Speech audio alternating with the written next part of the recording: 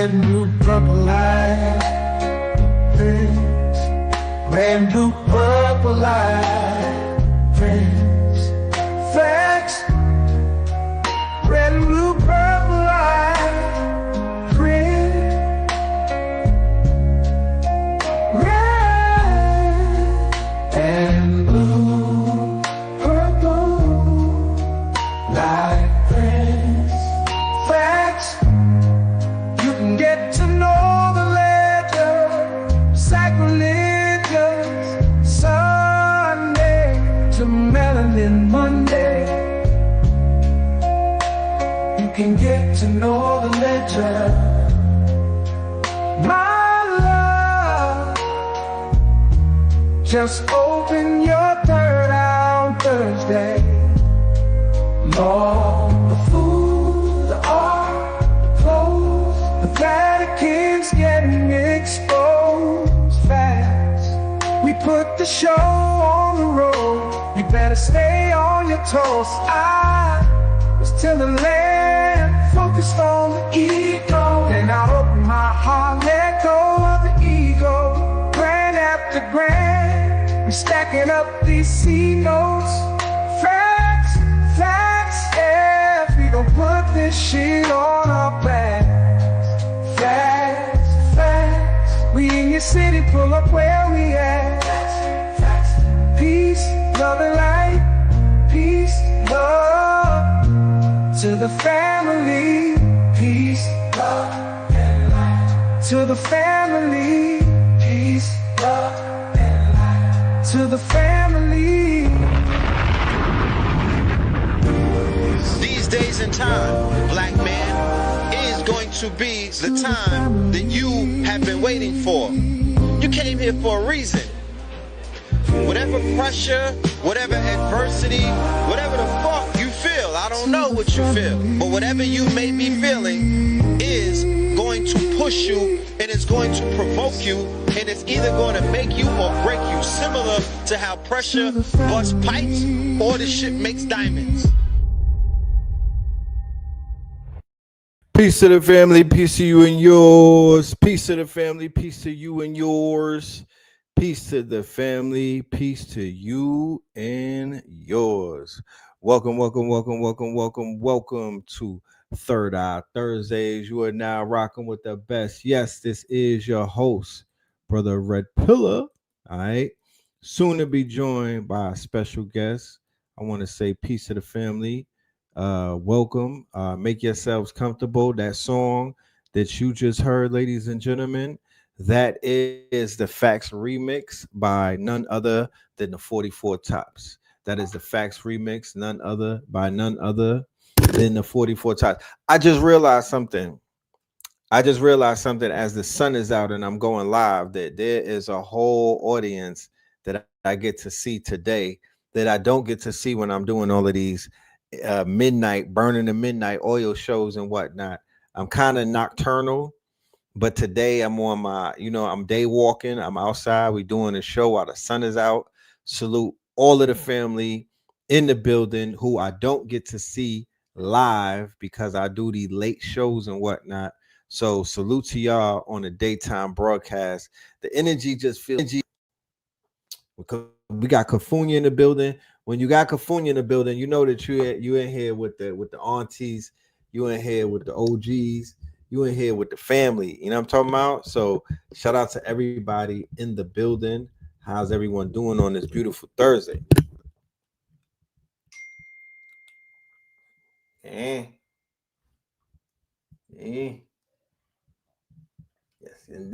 indeed. So we got great news today. We're gonna be working overtime. Make sure that your calendars are clear for Thursday because we are gonna be running it up. We got a two-part series today. It starts off right now with our good brother HERU OFORI-ATTA, right? We pulling up with HERU OFORI-ATTA, and we are going to be talking about health and wealth. But we're going to talk about wealth is health. That's the primer. to paint, and then we're gonna paint the walls at 10 p.m. Then we're gonna paint the walls at 10 p.m. with Radiohead Rich, part 2 of our series. And that right there is going to be this right here: how to use AI to increase your manifestations. How to use AI to increase your manifestations. Radiohead Rich. All right. That's 10 p.m. tonight on the show. That will be 10 p.m. tonight on the show, part 2 of Third Eye Thursdays. How to use AI to increase your manifestations. Me and that man, along with Savon Bomar, we have a monumental lecture. We have a monumental we got the workshop of the entire year. I promise you. We got one of the biggest events that our community, not just our community, just human beings. I don't want to put myself in a box.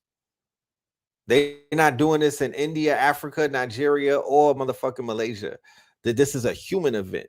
We're doing one of the biggest events for humans dealing with the AI and on November 1st. You know what I mean? On November 1st, called the AI Masters. As a matter of fact, let the bills get paid. Let's go to our first sponsor, AI Masters, all right, from 363 Empire.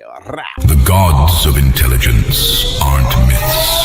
They're here. Artificial intelligence is rewriting the rules of power right now. Will you master it or be mastered by it? Most are drowning in AI hype, hesitating, confused, while the future slips into the hands of those who act first. That's why Blackmagic 363 presents AI Masters, the Gods of Intelligence, with Seven Bomar and Red Pillar, two visionaries revealing how to align with AI to elevate your life and unlock true power. Seats are limited. Energy is high. History is unfolding now. Click below and reserve your spot for AI Masters, the Gods of Intelligence. The future belongs to those who move first.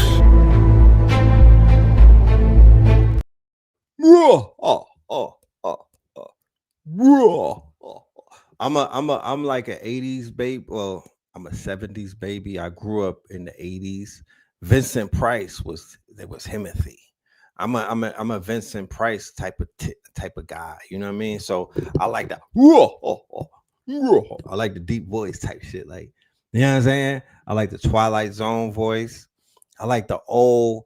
I like the old English. Like the European that used to walk sheepdogs type shit. Like I like the old Michael Caine. You feel me? Like I'm man, I'm old school. So that's what I like shit like that. I like the thrilling voiceovers. So yeah, let's go ahead and do the roll call. Let's see who's in the building. Let's go ahead and tap in with the universal family, with the global network that we got out there. Why y'all on y'all way home from the job and whatnot? Why y'all getting ready to punch the clock? Yeah, we're gonna help you on that ride home. You know what I'm talking about? You're gonna get some information today that you probably never is gonna get on the internet. This is information that is usually behind paywalls. This information is going to transform your life. There's somebody in the audience that's going to walk away from this broadcast with a whole new perspective, a whole new lease on their life. I promise you. And I don't sell dreams. I'm not into that. That's not my way of getting to it and whatnot. That's not what I'm into. I don't deal with snake oil, and I damn sure don't deal with the dreams. I deal with the facts. So tonight we're gonna deal with some facts. And then later on with Radiohead Rich, we're gonna deal with more. So this is basically this is Third Eye Thursdays, but you feel me? Like, this is Get to the Bag Thursdays. This is Manifestation Thursdays. This is Touching Paper Thursday. Ohio, Oregon in the building, Seattle in the building, Shout out to Seattle. Shout out to the Portland family. I have provocations against Portland and whatnot. I actually want to visit the super liberal state of Portland one day. I just want to give it I want to visit Seattle and Portland and just do a little quick walkthrough, pick up a few bags and I'm out of there. You know what I mean? Maybe do a mural or something. I like the artwork out there. But shout out to y'all. Shout out to Ohio. Shout out to Oregon. Shout out to the Mandem in the UK. We need to get back to the UK. We need to get back to the UK. We got to put that together. I'm just putting that out there into the universe. And we need to get to Detroit. It's been a while. Nanny's Cafe, Highland Park. There's a bunch of places out there. That museum with the marbles and I need to get back out there. Shout out to the D. Arkansas. All right. Shout out to San Antonio, Texas. It's very beautiful out there. I passed through there. Very beautiful. San Antonio slept on. Delaware in the building. Shout out to Delaware. You know what I mean? Yeah. Philly in the building. Salute to Philly. Salute to Philly. You know what I'm saying? Shout out to Ross Ben and the family out there in Philly. You know, I'm talking about Southeast DC. I see you, Southeast DC. How's everything going in DC after the troops left? Everything is cool? They back to catching bodies and back to business as usual, or they just chilling? How's DC? Wilmington, Delaware. Okay. Bing, bing, bing, bing, bing. We got 2 matches.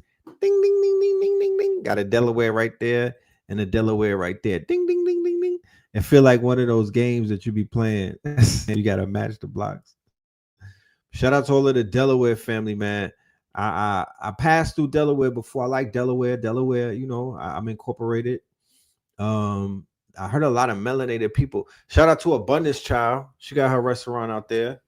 And they got the school out there. Huh? Yeah, so greetings to everyone.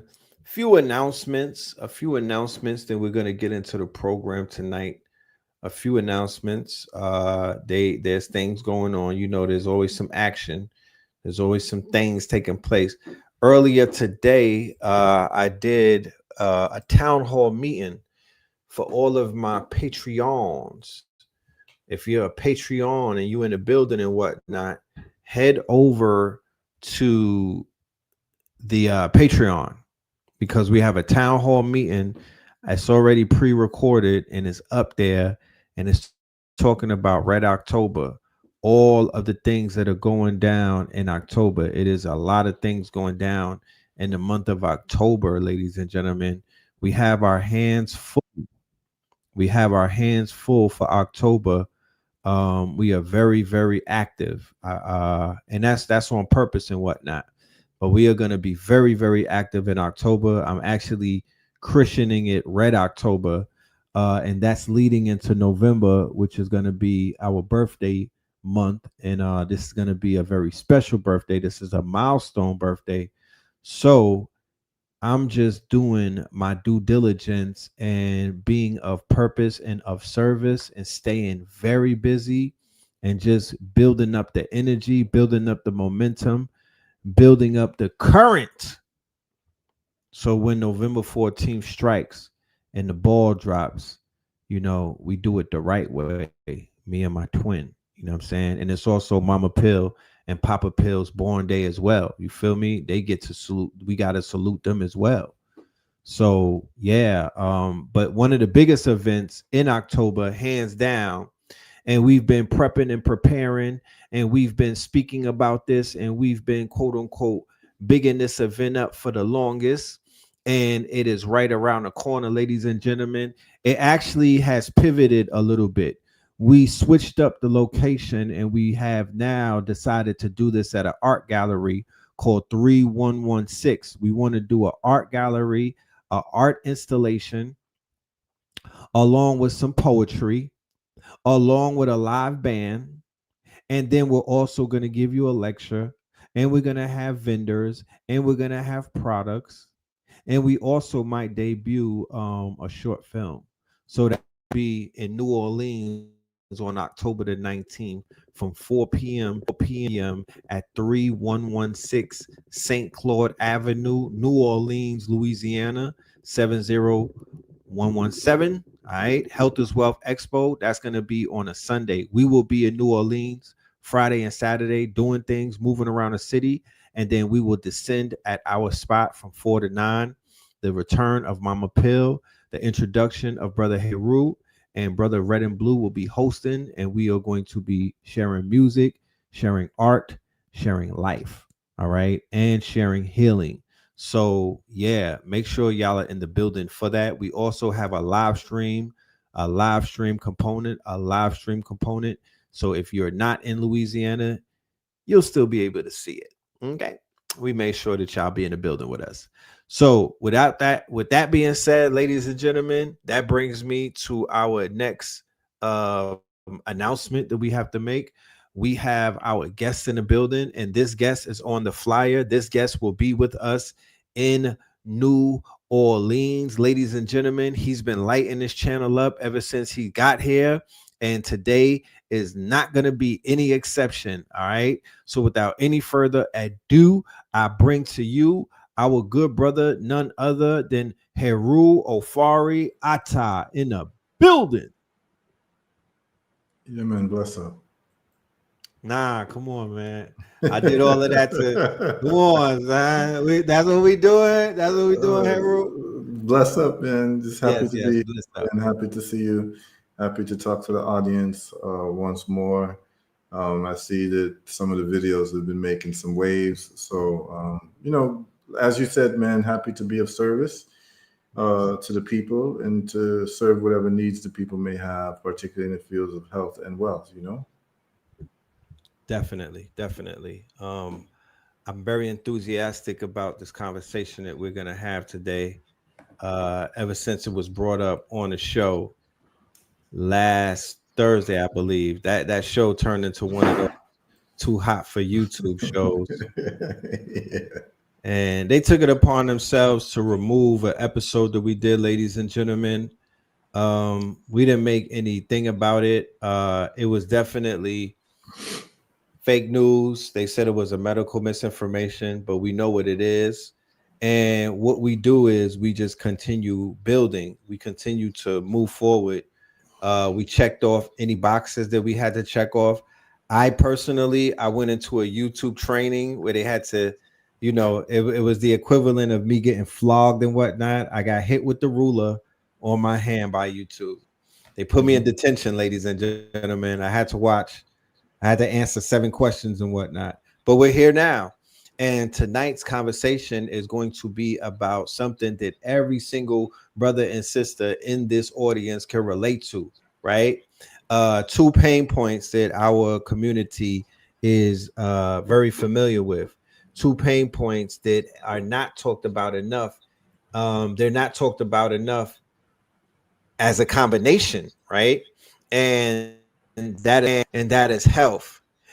And it's basically the angle that we're going to approach is that health is wealth and wealth is health. So yeah, man, I look forward to it.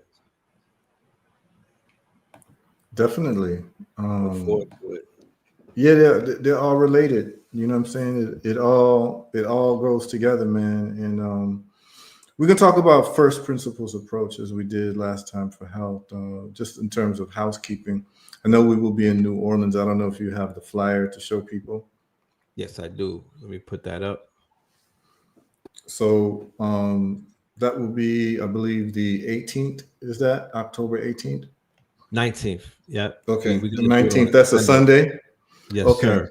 All right. So just for people who've been contacting me, please know that we will be live and direct, so you can come fellowship, ask whatever questions you have, and test the results that we're talking about.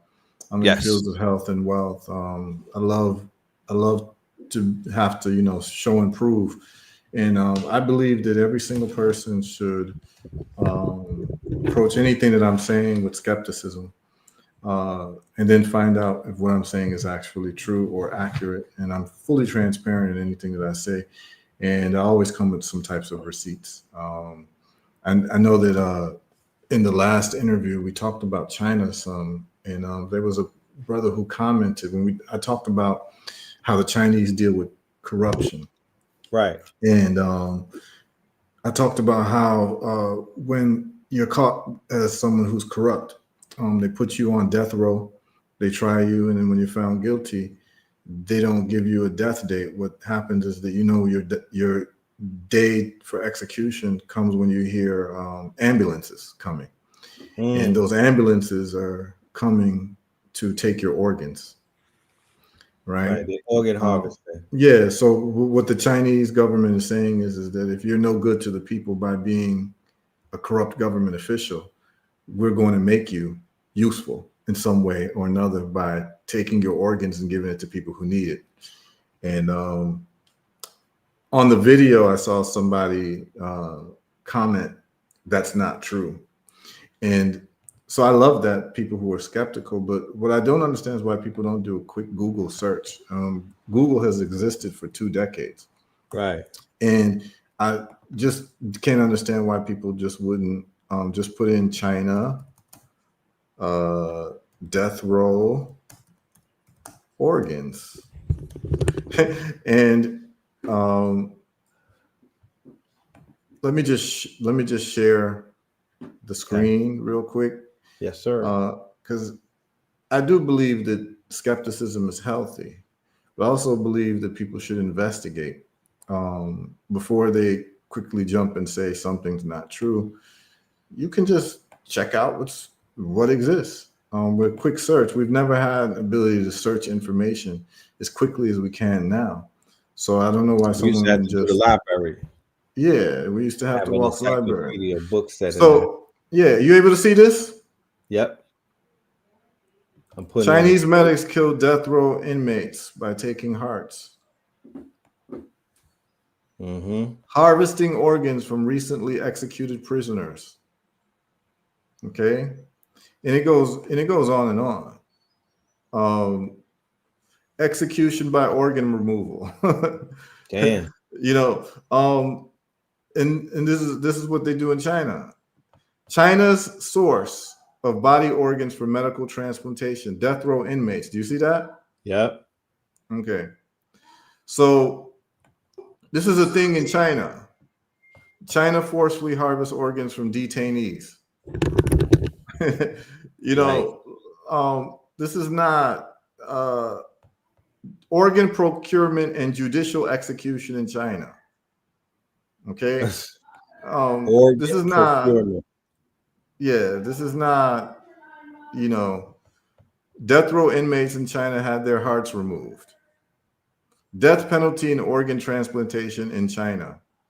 See it? Yep. So it's all there. This is not something that China to stop using organs from executed prisoners. Right? Like, I'm not making everything that I'm saying, forced organ harvesting in China. Okay. Use of organs from executed Chinese prisoners. Okay. The Guardian. Executed prisoners are the main source of Chinese organs donations. Right? Do you see this right here? Yep. Okay. Prisoners are main source of Chinese organ donate. They getting busy with them daggone organs. Yeah. Okay. 2/3 of organ donors in China are actually. It says 2/3 of organ donors in China are executed prisoners. Okay. So, when I'm saying these things, I'm not making it up, but I appreciate people's skepticism because I'd like to show you where I'm getting this from. Right. And understanding with this information. And I'm someone who's traveled to large parts of the world. So this isn't just news reports. This is like, I've seen this from my travels. So, all right. So let's get into what we're talking about today, health and wealth. Right. I want to do a little housekeeping.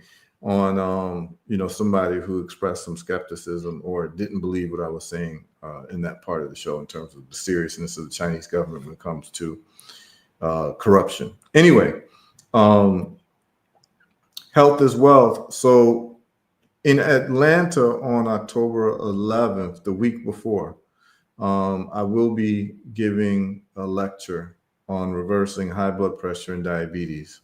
And I want to just share the flyer with the people. I think, I don't know if it was you or your brother.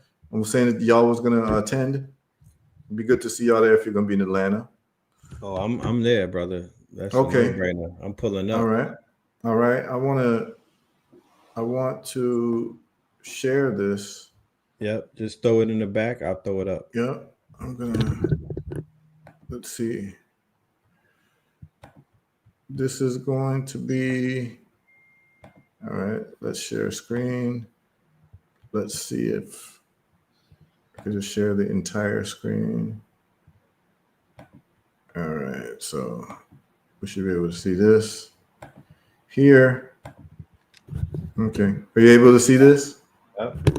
Bomb. Okay, so that's the Eradicate Conference, October 10th and 11th. So it's a 2-day conference.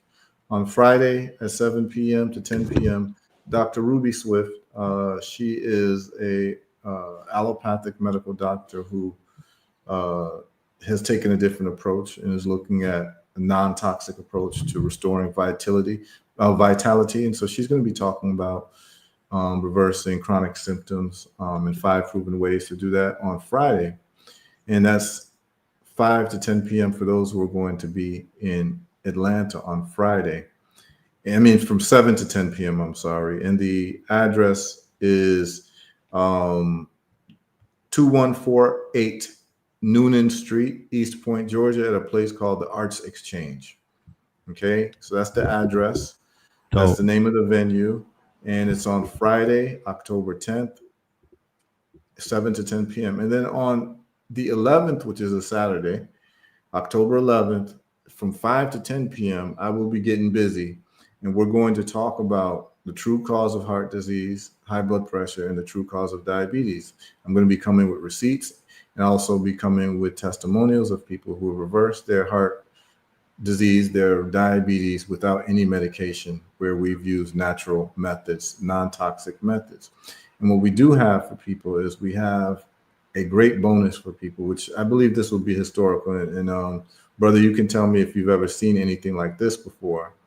Can you see this right here with the 4 people? Yes, sir. Okay. So these are 4 people who were customers of mine. Mm-hmm. And all 4 of them used to have cancer. They were diagnosed. Don't tell me that all 4 of them is going to be there telling their story. They're all 4 going to be there physically. Oh my goodness. Yeah, nah. Okay. I gotta be there for that. I gotta be there with the big camera for that right there. That's fire. They're going to be there physically telling their story. This is right here, 76-year-old Renee Denard. She's coming in from Florida, from Tampa. And she had stage 4 liver cancer, high blood pressure, and pre-diabetes. And she was given 90 days to live.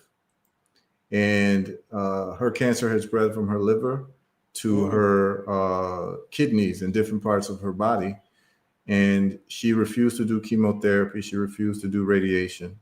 And she took our olive leaf extract, which she's holding in her hand right there. Yeah. And she's now cancer-free and very vivacious. And she's quite a firecracker. So definitely don't want to miss her, because she's going to tell her story with no filter, right? This is someone who the medical system wrote off and said, you're not going to make it to August. And in August, she went and got a checkup. And they said, hey, your liver looks good, your kidneys look good, everything looks good. We don't know what to say. And they were very upset at her because she refused to do anything that they wanted her to do. Okay, so This isn't just me giving a lecture, because a few months ago, I gave a lecture in Atlanta at the same place on the eradication of cancer using an intracellular parasite theory, the book that I have. And I talked about the step-by-step approach in terms of starving cancer with a dietary approach. And then also boosting your immune system with vitamin D3, K2, magnesium, zinc, and selenium, and then also killing parasites with olive leaf extract and a few other things that are anti-parasitic. So that is the protocol that we developed at Herbal Results. And our main product is the olive leaf extract bottle that you will see. And all she did was the olive leaf extract bottle. And she was able to get her reversal within about 3 months. Next to her, right here, is a brother named Rodney Merriweather, who is in Atlanta. And he found out about the protocol from someone who attended my lecture. I think the lecture was in April. So she attended the April lecture, told her friend Rodney, who had prostate cancer for over a decade. Nothing worked and his numbers were getting worse. And then he did the olive leaf extract and the Herbal Results protocol. And his PSA went from 27 to 0.5 within 2 months. It was very quick. And anything over 4 they see is being cancerous. And his went under 1 to 0.5. And his doctors, again, have nothing to say. The brother on the bottom left, Crawford Peterson, he was diagnosed with stage 3 prostate cancer, where 97% of his prostate was covered with tumors. He went ahead and when I met him, he had a PSA of 150, and it went to 0.1 within 3 months. And he took the olive leaf extract, which you see him holding there, the Herbal Results brand of the olive leaf extract, which is a special formula that I made myself. And we've been dealing with this for about a decade and been getting reversals. And he's coming out of Philadelphia. And he's going to be live and direct to tell his story. And he's now cancer-free. He was told he was cancer-free some time ago. And he's going to come tell his story. And then this is a sister who has a very, very, very serious story. All of her lungs were covered with tumors. She had tumors in her brain and also her lymph nodes. And the tumors from her lungs have completely gone away within a few months. She also had diabetes and high blood pressure. Her diabetes and high blood pressure are now reversed. She actually found me because she was diagnosed with stage 4 cancer, and she went to the cemetery, bro, to pick out her own grave plot. Yes. And one of the sisters there who worked there in the insurance part of the cemetery told her to holler at me, and she did, and she went ahead and did the protocol, and all the tumors are gone from her lung. She could barely walk before without getting winded because her lungs were compromised with tumors and riddled with tumors. And we have the MRI scans, the PET scans and everything to show you before and after. And right now the lungs are clear. She's lost about 120 pounds because she was obese. And now you can see her now. She looks very healthy and bright with a nice smile. She still has a tumor in the brain area that we're still working on, but it has not grown in the last 9 months, which is a great sign. But the tumors are gone from her lungs. She's able to do trampoline exercises in her backyard. It's a new lease on life. And this was done in a few months. And so she's from Atlanta as well. So we're going to have show and prove. It's not just going to be scientific studies. It's not just going to be my articulations. We're going to have people who've been healed with exactly what I'm talking about, and they're going to be there live in the flesh. And that's going to be on Saturday. So on Saturday, it's going to be segregated into 3 parts. And I'm going to stop sharing. So on Saturday, on October 11th, what's going to happen is the first part of the lecture will be high blood pressure and how you can reverse it in a non-toxic way without any medications, and showing you why you have high blood pressure, what's causing it. Right. And then we're going to take a 10-15 minute break as a family. Usually in these lectures, there's a couple hundred people will usually attend. So please try to come early. We're going to start on time. I'm a stickler for time. So I believe in starting early because I believe that the people who come on time should not be punished because other people are late. So we will be starting at 5 p.m. on the dot. Right. Should try to get there by 4:15, 4:30 to try to get a seat because it's expected to be standing room only. We have some pastors coming through. Benjamin Mays will be coming through. His father is a big civil rights person, has roads named after him in Atlanta. If anyone knows about Atlanta, you'll know Benjamin E. Mays. Yeah, you'll see the street named after him. Anyway, his son is a pastor now, and he's been dealing with herbal results, olive leaf extract for the last 5 to 6 years. He gives it to his congregation, and he has some great testimonials as well, and he'll be there. So, when the church people come out, there's going to be, a lot of people coming. Exactly. So it's going to be a lot of people there. I suggest that people get there early. 5 o'clock is when we're going to be starting. We're going to start at 5 on the dot. The first segment will be high blood pressure. We'll take a 15-minute break. Then the next segment will be diabetes. And then the next segment will be the cancer reversal testimonials and the people there telling their story and answering all of your questions. So if you're in the Atlanta area and you have a family member, a friend with high blood pressure, diabetes, or cancer, this is your time to come. It'll be one of a kind type of lecture, because it won't just be a person lecturing, giving you information. It's going to be the actual people who have used my methodology and my products and my protocol, who have gotten results, who are going to be there. Your doctors will never do this for you. Right. Yeah, they will never do this for you. If you get cancer, your doctor's not going to give you the phone number or the address or wait for you to meet people who they've reversed their cancer. That's not going to happen.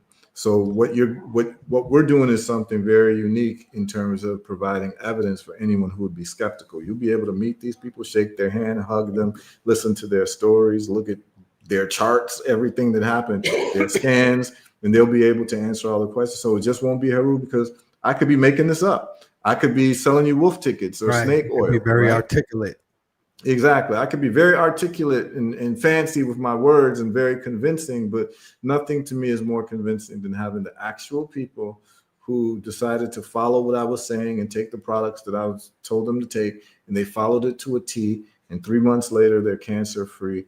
And this works for all different types of cancer. So it's not just one cancer, because we're attacking it from the root cause. So that was just a little housekeeping I wanted to do for the Atlanta lecture. And then the week after that, we will be with the pills, red pill and blue pill in New Orleans, really kind of doing the same thing. And there's actually a few people in Louisiana who got some reversals as well. And maybe I'll ask them to come to the lecture as well. If there's anybody in the audience right now from the New Orleans, Texas area, and you've been healed by Mama Pill and you've been healed by Brother HERU, I personally am inviting you to this event that we're doing in New Orleans. After I might have to approach the people in Atlanta and be like, yo, y'all want a ticket? Yeah, y'all want to come to New Orleans, eat some food with us? This is something that I feel should follow you everywhere that you go. In the day and age that we live in right now, proof of work is so important. Authentication, two-factor, two-step authentication, not just one person, not just word of mouth, actually living testaments, because there's so much charlatans and there's so many wishy-washy healers out here. I just want to say that is a wonderful, wonderful idea. And you literally had the gears in my head's turning. I'm like, we have to implement that in the segment of our New Orleans demonstration. At least 2 or 3 people. Absolutely. I mean, I got some folks in different parts of Louisiana who've done the protocol, and I will, I don't know how far Shreveport is from New Orleans, and then there's another part of Louisiana. We have cancer reversals as well. And there may be some people, because when I did the cancer reversal lecture in April in Atlanta, there were people from New Orleans who drove to Atlanta for the lecture. And so we'll see if they're available and see how they're doing as well. So I don't think it should be a problem us getting, real live people to tell their stories,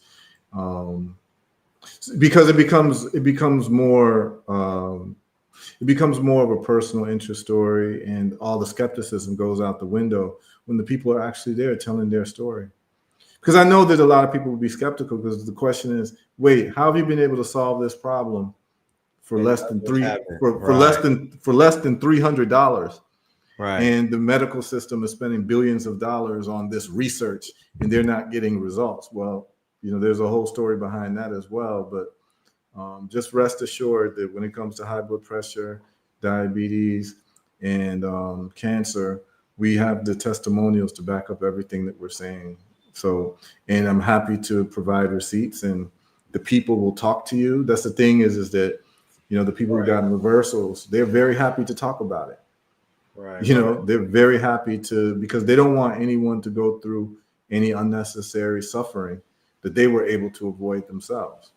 So, I have a great relationship with all of my customers, man. So they've become actually very good friends of mine. And, people are very grateful if they feel like you saved their life. And I'm not going to take credit for saving their life per se, but that's how they feel about it. And so, whenever I call them, they're happy to hear from me. Whenever they call me, I'm happy to hear from them, because we don't do marketing at Herbal Results. We don't take ads out. Our marketing team is our customers who've been satisfied. So, we don't spend money on marketing. We spend money on research and development and making new products that, are going to quicker solve the problem, So, yeah, man. So that's where we are with that. You got a question in the chat. Yeah. Somebody wants to know, man, have a coupon code for first time? No, we don't have any coupon codes right now. We don't have any special coupon codes right now. So the price is the price right now, and the price is extremely reasonable. Very Yes, I'll give people like some sense of it. So we have an 8-ounce bottle of olive leaf extract for $40, and it is done with an alcohol extraction, which is 3 times more powerful than the regular vegetable glycerin extraction that you'll see from other companies. And when you get an alcohol extraction, which is the most powerful extraction of the medicine from the plant, at Whole Foods, they're selling a 1-ounce bottle of olive leaf extract for $20. At Herbal Results, we sell an 8-ounce bottle for $40. And our extraction is even stronger and better. And so we really could sell it by ounce for $160. Since they're selling 1 ounce for $20, we could sell 8 ounces for $160 in terms of volume, but we're selling it for $40. So, that's just what it is. We've already given people great discount to make it affordable for people. And like I said, people are reversing their high blood pressure, their diabetes, their cancer, and all of that for less than $300 in terms of like 3 months of products. So, unseen, unheard of in this day and age. Yeah, and we're happy to provide people with receipts. That's the beautiful thing, is like, when you're actually doing the work and you have the results, you're very happy to provide receipts, man. Right. You're very happy to provide references. And I think that should be the standard. Like, if an oncologist, let's say you have cancer, you go to your oncologist who's getting paid, $500,000 to $600,000 a year, and they tell you, we want you to do chemotherapy and radiation and XYZ. You have a right. You have a right to ask them. I would like 2 or 3 people who you have treated with chemotherapy and radiation in the last 365 days, who've gotten a full cancer reversal, no evidence of disease. I'd like their phone number, and I'd like to be able to call them. These are called references. If you're trying to get a job, they want to know references that you have in terms of the places that you worked in the past. So you have a right. Like that. You have a right as the patient, who's actually the boss, because you're paying your doctor. You have a right to ask your doctor, I would like to get references of people who you've treated that's been successful, but they won't give it to you. They won't give it to you. They won't provide those to you because their success rate is actually very low. And through a course of 5 years is almost non-existent, because it tends to come back because they don't deal with the cause of the problem. And then a lot of people perish because of the toxicity of the treatment. So we're going to deal with all that. We're going to talk about all that. We're going to break down the science of it. We're going to go through, and none of the scientific studies or things I made up, they're actually on the U.S. National Institute of Health website. the parasitic origin of cancer, how different herbs kill cancer, antiparasitics, how they kill cancer. Anyone can just do a Google search and just type in any antiparasitic herb. That would be soursop, that would be olive leaf extract, black seed oil, turmeric, neem, Artemisia nua, clove. Just put that in, just put it in cancer. And what you'll find is you'll see all types of studies. The U.S. National Institute of Health put in ivermectin in cancer, put in fenbendazole in cancer, put in albendazole in cancer, mebendazole in cancer. These are the pharmaceutical side. But the natural side, you can put all these things in. You can put baking soda in cancer. You'd be surprised what you find. These are all studies, peer-reviewed studies in the U.S. National Institute of Health, and this is being kept away from people. I mean, I have a brother. I'll give you a quick story. I have a brother because I talk to people every day. People call me every day. Right. It's a bit of a problem because people call me. I get people calling me ranging from stage 4 cancer to someone having a headache or a toothache or bumping their toe, and they call me. How can I, So from the smallest things to the biggest things, but every now and then I'll get calls, that are very serious that I deal with right away, and I try to prioritize those calls. But people do take advantage because I don't charge people to talk. Like I don't charge people to talk to them. Tell them, the products to get. So there's a brother who was suffering from prostatitis, and he was urinating 6 times a night. So he couldn't sleep because he had to get up to urinate 6 times a night. This was just last week. Right. And I told him, look, you probably have inflammation of your prostate because it's prostatitis. Anything with an itis means inflammation. And if you want to take away inflammation like that very quickly, you could take olive leaf extract. You can take different things in terms of long-term, but in terms of a short-term solution, I told him just take some baking soda, $2 baking soda, and put it in a teaspoon and put it in a fourth a cup of water, dissolve it, and drink it. And what baking soda does is that it changes the extracellular fluid to alkaline. So it takes away the acidic nature that is coupled always with inflammation. And the baking soda neutralized the acidity in his prostate, which was causing him to have prostatitis, which is inflammation. Right. And he emailed me the next day and said it was the first time in months he was able to sleep the whole night through. Just something simple like that we're not being informed about. We're not being informed. We're not being informed about what we can do very quickly to reverse inflammation. And baking soda, that goes against their little monopoly. Yeah, absolutely. It goes against the racket. It goes against the racket. And trust me, they would trying to get him to, take all types of medications. Oh man, I can imagine. Oh yeah. They actually told him they would like to remove his prostate. Fact. And then he would have to wear diapers for the rest of his life. They doing all of that. Chopping, cutting, dismembering. They don't care. This is egregious. I want to get into this monologue so I could bring this conversation into the place where it needs to go, my good brother. I prepared something for you, man. All right. I couldn't just come here freestyling. You feel me? Mm-hmm. So I have an opening monologue, ladies and gentlemen, and then we're going to get right into this conversation. I call this manifestation prerequisites. All right. Before we dive into the algorithms of abundance in today's AI manifestation class, we need to address the foundation, the vessel through which all manifestation flows. Because here's what they don't tell you. You can't download prosperity into corrupted hardware. In an era where everyone's chasing a bag, stacking a crypto, building their empires, but doing it from depleted bodies, fragmented minds, and energetic fields so scrambled they couldn't attract a magnet to metal. And then they wonder why the manifestation doesn't stick, why the money comes and goes, why success feels like pushing a boulder uphill in quicksand. Wealth is health. It's not a metaphor. It's not a platitude. It's a law. Your body is your first business. Your mind is your primary investment.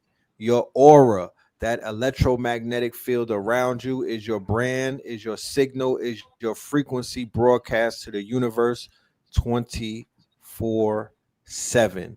And your intent, that's the voltage, that's the charge that turns thoughts into things, visions into reality. Think about it. Would you trust a financial advisor who can't manage their own accounts? Would you take health advice from someone who's deteriorating?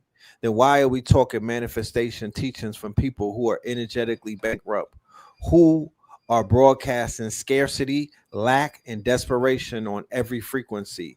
Today, we're talking about the real prerequisites for manifestation: a healthy mind, right? Because having a cluttered consciousness can't hold a clear vision. Anxiety, self doubt, mental fog, those are not just personal struggles, they're static in your manifestation signal. They're viruses in your reality creation software. Healthy body, your physical form isn't an antenna. Toxicity, inflammation, exhaustion, they lower your vibrational frequency. You can't operate at the frequency of wealth when your biology is operating at the frequency of survival mode. Magnetic aura, this is your energetic network. People feel you before they see you. Opportunities find you or they avoid you based on what you're radiating. A magnetic aura isn't about manipulation, it's about alignment. It's about your inner world matching your outer ambitions. And then we close it out with electrified intent. Intent without energy is just a wish. Intent without voltage, that's manifestation. Oh, intent with voltage, that's manifestation in motion. That's the difference between I want to be wealthy and I am wealth incarnate. Okay. So I don't want to talk y'all to death, but today's guest, our good brother Heru OFORI-ATTA, we call him a Black Satoshi because he's mining wealth with the same revolutionary mindset as the anonymous creator of Bitcoin. He's a day trader, he's an investor, but more importantly, he's a solution-based thinker. He doesn't just chase profits, he solves problems. He doesn't just accumulate, he activates. And he's about to give us the keys and clues to crack these codes. Because at the end of the day, manifestation isn't magic, it's mechanics. And you got to tune the machine before you can win the race. So let's get into it, my good brother. Yeah, man, that's a great monologue, man. Big up for that. Indeed, thank you. Definitely well put together, man. I was enjoying it, you know. All right, look. I do have questions, but let's go. Yes, and let's get into it because we want to talk about the wealth aspect. We talked about the health aspect, and we have to talk about the wealth aspect. And the best way for us to talk about the wealth aspect, I want people to pay attention to this, is that I have to tell you from my own journey, okay? Because it'll make sense to you as to how I got to where I am, right? So I've always been a brother who's been engaged in consciousness since, when I was 16, I read the autobiography of Malcolm X, right? It shifted my whole approach to the world and understanding who I am as a Black man in this world, right? Me as well. So I spent a lot of time, as most of us do when you get into consciousness, having very detailed conversations and debates with people of varying ranges of consciousness, those who've been in this struggle for decades, and those who completely don't care about consciousness, right? It runs the gamut. Yeah, so I mean, you can call it, and you're debating and always going back and forth with people, and it'd be religious conversations and debates and this and that, and it's iron sharpens iron to a degree, because you start studying history deeper and getting into this and getting into that. But then when you start noticing is that there is stagnation that happens, because what's going on a lot is there's a lot of what you would call pontification, that you can be right about the history, but people are not being productive. And I'll say this, and I don't think he would ever mind me saying this, but I was speaking and performing poetry at an annual event that happens at, I think it's Jackson State University in Mississippi. There's a brother who would invite people from all over the world, some of our luminaries, like, Ashra Kwesi, Dr. Ben, and every year for Black History Month, it'd be a big event at that particular HBCU. And I was invited to perform poetry. And while I was there, I had performed, and Dr. Ben was there as a tribute to Dr. Ben. Yes. This is when Dr. Ben was alive. And everyone knows Dr. Ben's story, a great scholar. But when he got older, there were some economic challenges. And he was in a nursing home. And, people had to do fundraisers for Dr. Ben and what have you. So everyone knows the story. So I'm not speaking out of turn. It's not like I'm revealing something that people don't know. Everyone knows the story. This same thing happened to John G. Jackson and many of our luminaries. Right. Basically died destitute. And I'll never forget this. So after I performed, Ashra Kwesi was there. And Ashra Kwesi took a liking to me because of my performance. And Ashra Kwesi had been an intellectual hero of mine, right? So getting to meet all these people, some of these people for the first time was great. So Ashra Kwesi, we started talking, and he invites me to his room. And I'm like honored to be there, and we're talking. And Ashra Kwesi, he said, "Brother, I have to tell you, I'm scared." This is what he said to me. And at the time, I had technology on my website to do digital downloads of my material, of my poetry albums. So I had taken a step up from what the average person was doing. This is around 2002, 2003, 2004. This is very early in the game. Yes. And most people just selling physical CDs, right? And Ashra Kwesi said, "I'm scared, man." He said, "I love your poetry. I love what you're doing, blah, blah, blah." And we started chopping it up. He said, "I'm scared." And I said, "What are you scared of?" And he literally looked at me and said, "I'm scared that I might end up like Dr. Ben." Respectfully. Like, he wasn't trying to diss Dr. Ben. So this is not, right. And I sat down there, and he's my elder talking about his elder. Mm-hmm. And basically he was saying economically, he had to figure some things out with his business model because he was subject to bootlegging. He would make his DVDs and people were just bootlegging his work, man. And he wasn't able to really get full compensation for the work that he was doing in terms of his intellectual property. So, he was curious about what I was doing in terms of the digital downloads and how, I was explaining to him my business model, how you don't have to pay money for printing CDs and manufacturing CDs because it's all digital, it's MP3s, and you can have downloads and people get it right away. And you don't have to store it, you don't have to ship it. So it takes a lot of the front end costs and all of that, right? All right. So, we talked, but I never forgot that conversation. Right. And he was known, I'm sorry to cut your wisdom, but he was known in both the New York Harlem circuit and around America for his stance on not bootlegging his intellectual property. He actually it was rumored he had a goon squad of people who would go and pack you up if word got out that you were bootlegging. He did not play about that. He did not play. Yeah, because that's his livelihood, And so Ashra Kwesi is definitely a hero. And I took it very seriously what he was saying. So I started looking at my future too. And even though I have a law degree, I stopped practicing law. I was doing poetry professionally for about a decade. And I'm going around giving lectures and talking and what have you. But I start thinking about, what does this look like 20, 30 years from now? And I realized that most of the brilliant people that I knew in the Black conscious community were economically struggling. And what I also realized is that many times intelligence transfers over, right? So if you usually have a high aptitude in one thing, if you get the experience in another thing, you'll probably have a high aptitude in that thing as well. what I realize is that the subject of economics and money has been largely ignored by the Black conscious community and Black leaders and those who, talk about history and politics and what have you. That most of them are not doing well financially, or were not doing well financially. And I saw that as what you call a vector. So like when you do business analysis, it's called like a SWOT analysis.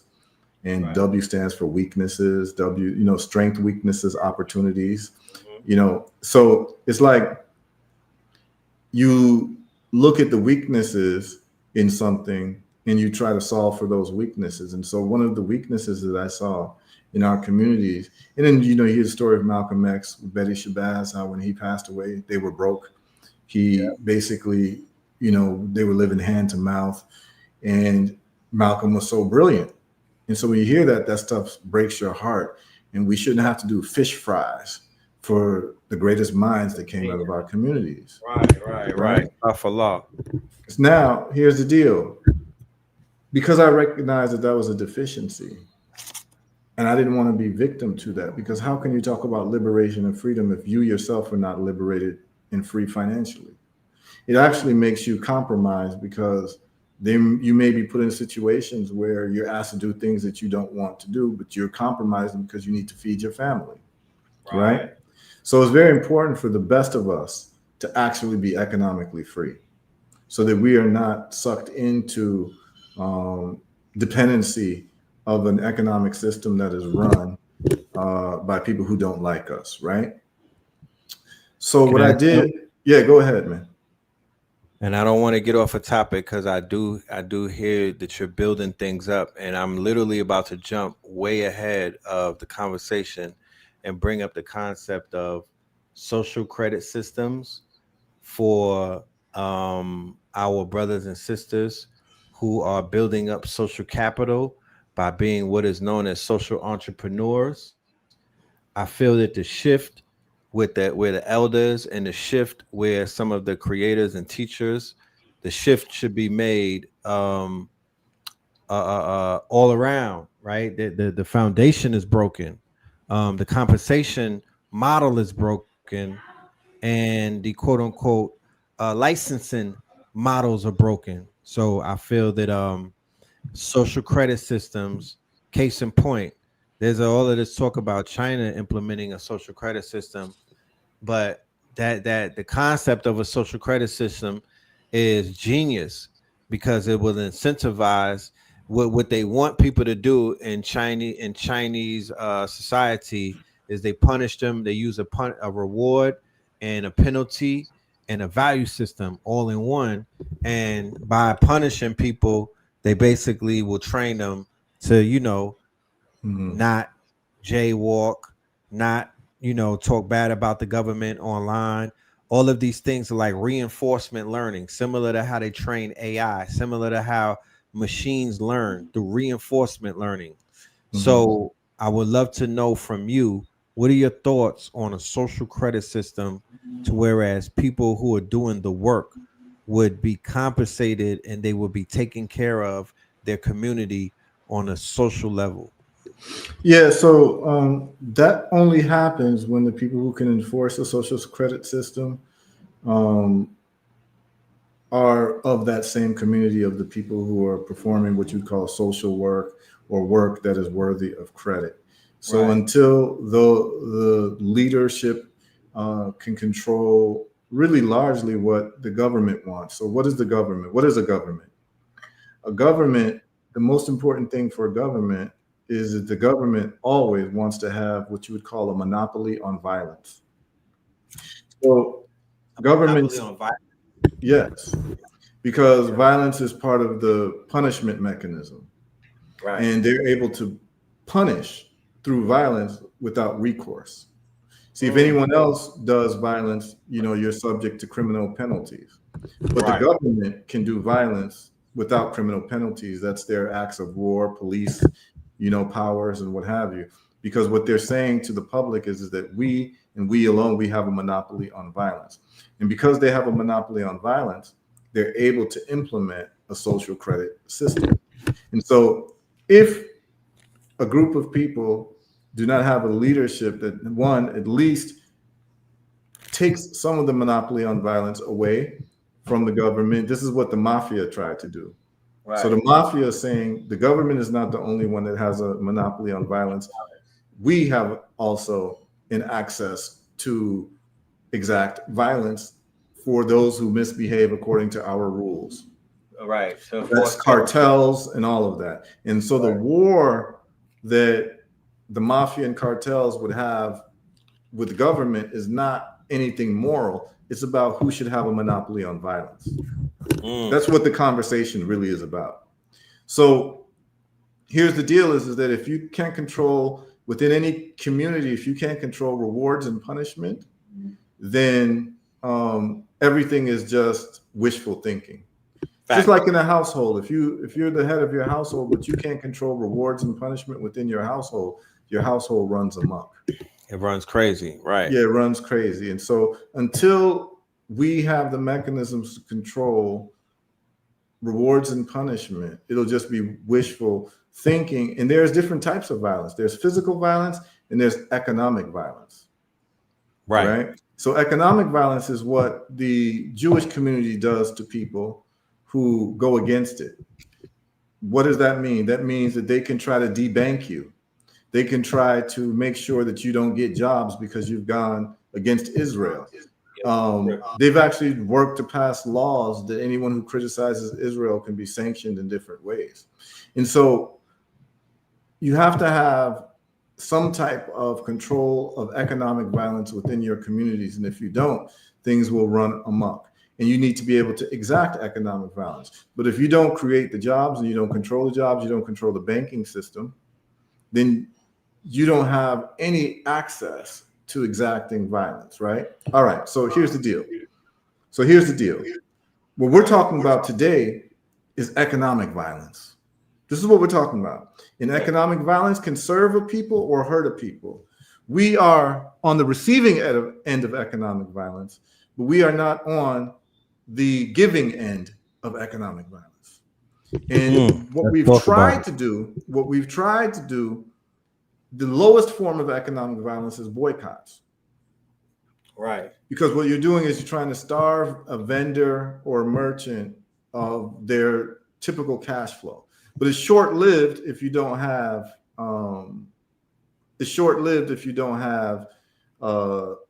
other systems in place to replace the needs, wants, tastes, interests, and values of the people against whom you are boycotting. Right. So if your people just demand pizza and you don't have any pizza shops and you're boycotting Sal's Pizzeria for a week or a month, after the boycott's done, the people just gonna go ahead and buy Sal's Pizza. Real quick, Jamal Bryant, the pastor who took over Eddie Long's church, which should be a super church, has ties with New Black Wall Street, was there for the opening and everything, has brought his congregation to New Black Wall Street. New Black Wall Street is a mega Target. They took over a Target and turned it into New Black Wall Street. He's doing the Target boycotts. Not once did he say New Black Wall Street, right? On the news, that is, in the public. He didn't pivot the people. He didn't say boycott Target and Tabitha Brown and all of them. They're going to be at New Black Wall Street. He didn't say, let's shift our focus to New Black Wall Street. He didn't say, let's take that New Black Wall Street model and duplicate it around America and crush Target. Yeah. So he's giving them one option of a boycott. Well, but yeah, there's a psychological reason for that. And here's the psychological reason. See, whenever you're talking to anyone who's into any form of, let's just say, Black consciousness or Black justice or anything, you ask them a question. And the answer to that question will let you know where things will go. And so here's the question is, what is your end game? Right. Okay. So what you'll find out with most people who are civil rights oriented is that their end game is simply to be treated fairly in America. Right. That's their end game. We want to be treated equally in America. That's capitalist. Yes. Okay. So Well, even besides capitalism, and we can talk about capitalism and even the definition of capitalism, because it's a word that's thrown around a lot, and I would definitely love to discuss it. And we can do part one, part two, we can have this ongoing conversation because there's a lot to cover when we talk about money and what have you. And I can just share my findings with you. But you see, when somebody just wants to be treated fairly, what they have told you is that they're okay with giving up agency and putting agency in other people's hands. So in other words, we just want white folks to treat us fairly. Means that you still want them to have power, but you want them to be good about their execution of power. Of it, right. In terms of their relationship with you. Right. So treated fairly is not somebody who's looking to create their own alternative system where they are the ones in power who. So here's the image. The image is this, is that when I was in college, the Rodney King thing went down, right? And so I was engaged in politics in college, autobiography of Malcolm X changed my life. And so now I'm this big political person on a college campus, and where I went to school was in Boston, and so we got together with all the other schools, right? So in my school, so I went to a school called Tufts University, and at Tufts University, you have the Greek letter organizations, the Black Greek letter organizations. So the pledging group would be Tufts University, Harvard, and MIT. So we were all very close with each other, right? And so all of the brothers and sisters after Rodney King wanted to make a statement, and so what they decided to do was have a meeting with all the different Black political student leaders. And so I was part of the meeting, and their idea was, we're going to have a silent march in Boston on the roads, and we're going to hold placards, but we're going to be silent, and we're not going to talk. We're not going to say anything. It's going to be a peaceful, silent march, and we're not going to be loud like they think we're going to be to create riots and this and that. And we're just going to basically be behaved. Right. And we're going to walk the streets and engage in civil disobedience. And so my soul wasn't really feeling it, but I decided that I was going to be a team player. Now, during this march, I'm marching the streets of Boston, and I'm noticing, traffic is being held up. But we're in downtown, and we're seeing the big high-rise buildings and the banks, and we're watching, and I'm watching as we're walking. It's thousands of us. Black students, who feel like we're going to be the leaders of tomorrow, right? Right. And I'm watching, and I'll never forget. We were walking by a bank, and there was like the top floor of the bank. I will never forget this, bro. Visualize this. And I saw an older white man through the window watching us, wearing a suit. He was just standing there watching us quietly. And basically, he's watching us protest the system that he built that protects him, that he protects, and that he will die for. Mm-hmm. And he's watching us protest. And it struck me, I'd rather be him. Mm-hmm. I'd rather be the one being protested against. Right. Because when you're being protested against, the protester is trying to make a moral appeal to your consciousness and your sense of mercy. Right. Which means that person still recognizes that you're in power over them. And it was a great metaphor because he was way above us in the building looking down on us. Right. And just peaceful and quiet, just watching us. And I said, yo, I want to be him. I want to be in that position where people are protesting me and asking me to have mercy on them and to treat them right and to be fair to them. It's a bad position to be in, to ask someone in power to be fair to you, because that's not how the world works. You see, the world is it's based on the rules of the jungle. Might is right in this world. And so if you are not interested in having might, you will always be in a position of begging the mighty for mercy. And there is nothing in the natural world. And everyone should watch Animal Planet and watch animals. It's a very, very, very cutthroat world. And it's nothing different for human beings. And asking concessions for losing a war doesn't make sense. Right. And this is the situation that Black folks have been in for the last couple of hundred of years, where we have put ourselves in a place where we are asking concessions for losing a war. Because how we got here to where we're at, speaking another person's language, wearing another person's name, adopting another person's religion, using another person's money, is because we lost wars, physical wars. Like, this is real. This is not like, people don't want to talk about this. People don't want to we lost wars. Right. Physical conflicts that we lost that put us in this position. And guess what happens when you lose a war? And this is why you don't want to lose a war. It leads to generations of confusion. And if you don't focus on that which gets you power to win wars, economic, physical, military, and all that, which requires science and technology. Right. This is what it requires. There's no way around it. There's no shortcut to it. Unless you have better technology than the person who's invading you, you will lose. Right. So until we focus on really dominating technology to a serious level, we'll always be in a position where the best solution we can come up with is asking those who defeated us in war for mercy and to treat us fair. And that is what the conversation has been about when you talk about what is your end game. The end game is to be treated fairly in America for many Black folks who recognize that we're treated unjustly. But being treated unjustly is not because you're Black, it's because you lost a war. Right. No one gets treated fairly when they lose a war, okay? Or successive wars. And this is why we're in the situation that we're in. Not because you're Black, not because you're from here, from there. It's because you lost a war, and those who lose wars pay consequences for losing wars.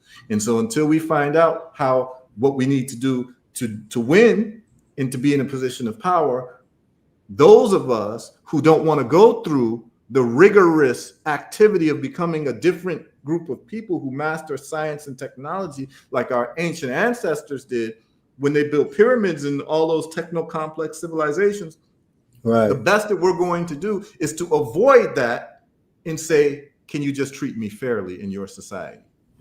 Okay, so be a vassal state. Right. So that's not where I'm at. So I have a different end game. So whenever I'm talking to somebody, and I'm not mad at them, you are where you are with where you want to be as a person. So I ask people, what's your end game?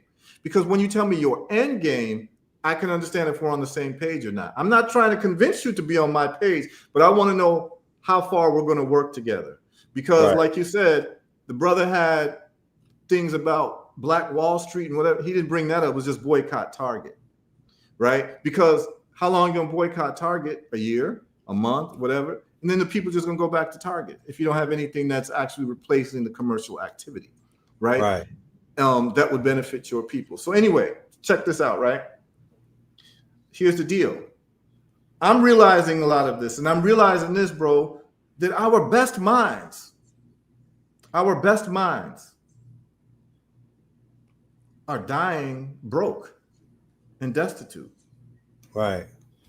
And I'm saying, wait, hold on. How can that be?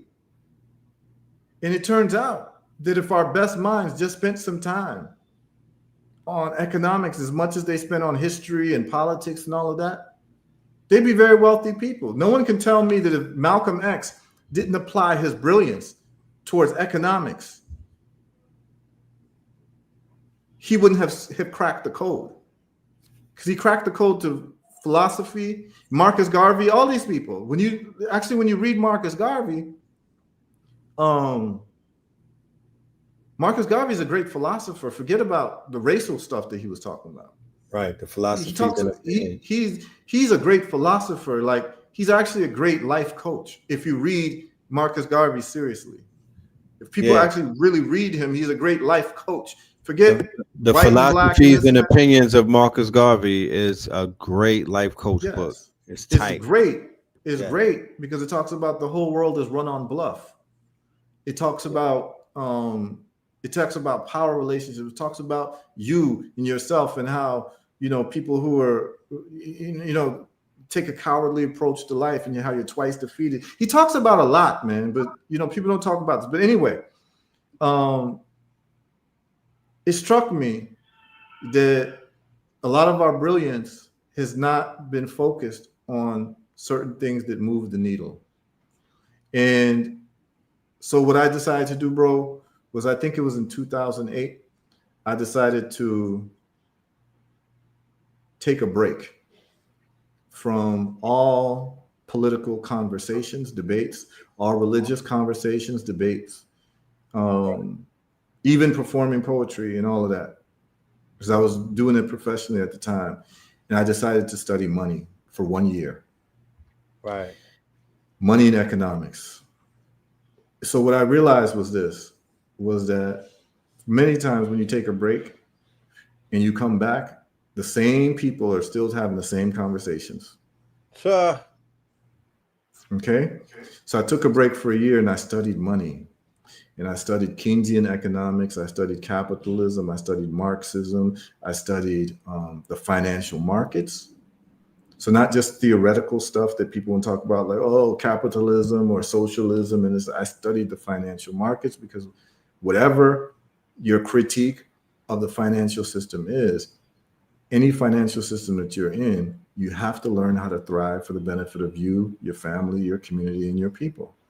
So my philosophy was, if I lived in China, I should learn the rules of that financial system and learn how to thrive and dominate in that financial system. If I live in America, if I live in Ghana, if I live in Nigeria, no matter where I live, I'm going to be resolute to learn whatever financial system is in the place that I live and dominate that financial system. And there are rules and there are patterns of it. So why does it become very important? It becomes very important because every society tells you what is the most important thing in their society. And you know how they tell you, bro? They tell you by how they punish you in a society. A society tells you what is most important in that society based on how they dole out punishment. So in the American system, when you break a law, there are two punishments. So you have civil law and you have criminal law. Civil law, you get a fine. Even in criminal law, you can get a monetary fine. Or they take away your time. That's what going to jail is, doing time, right? Yeah. So they've taken away your money and they're taking away your time. So they're telling you those are the two most important things, because that's how they punish you. They take away your money and they take away your time. So they've told you that the two most important things in this particular society is money and time. Now, there are people who've got money but have no time, so they're not even free. And what do I mean by that? I have friends that I went to law school with who do 80-hour weeks, or, doctors that I went to school with who work 80 hours a week. And they make a lot of money, but they have no time. Yeah, no time. So you can't call them wealthy. This is, remember, when you see this all getting into the health and wealth conversation. Because being rich and wealthy is different. And being wealthy is not just having money, but it's also having money and time that you control.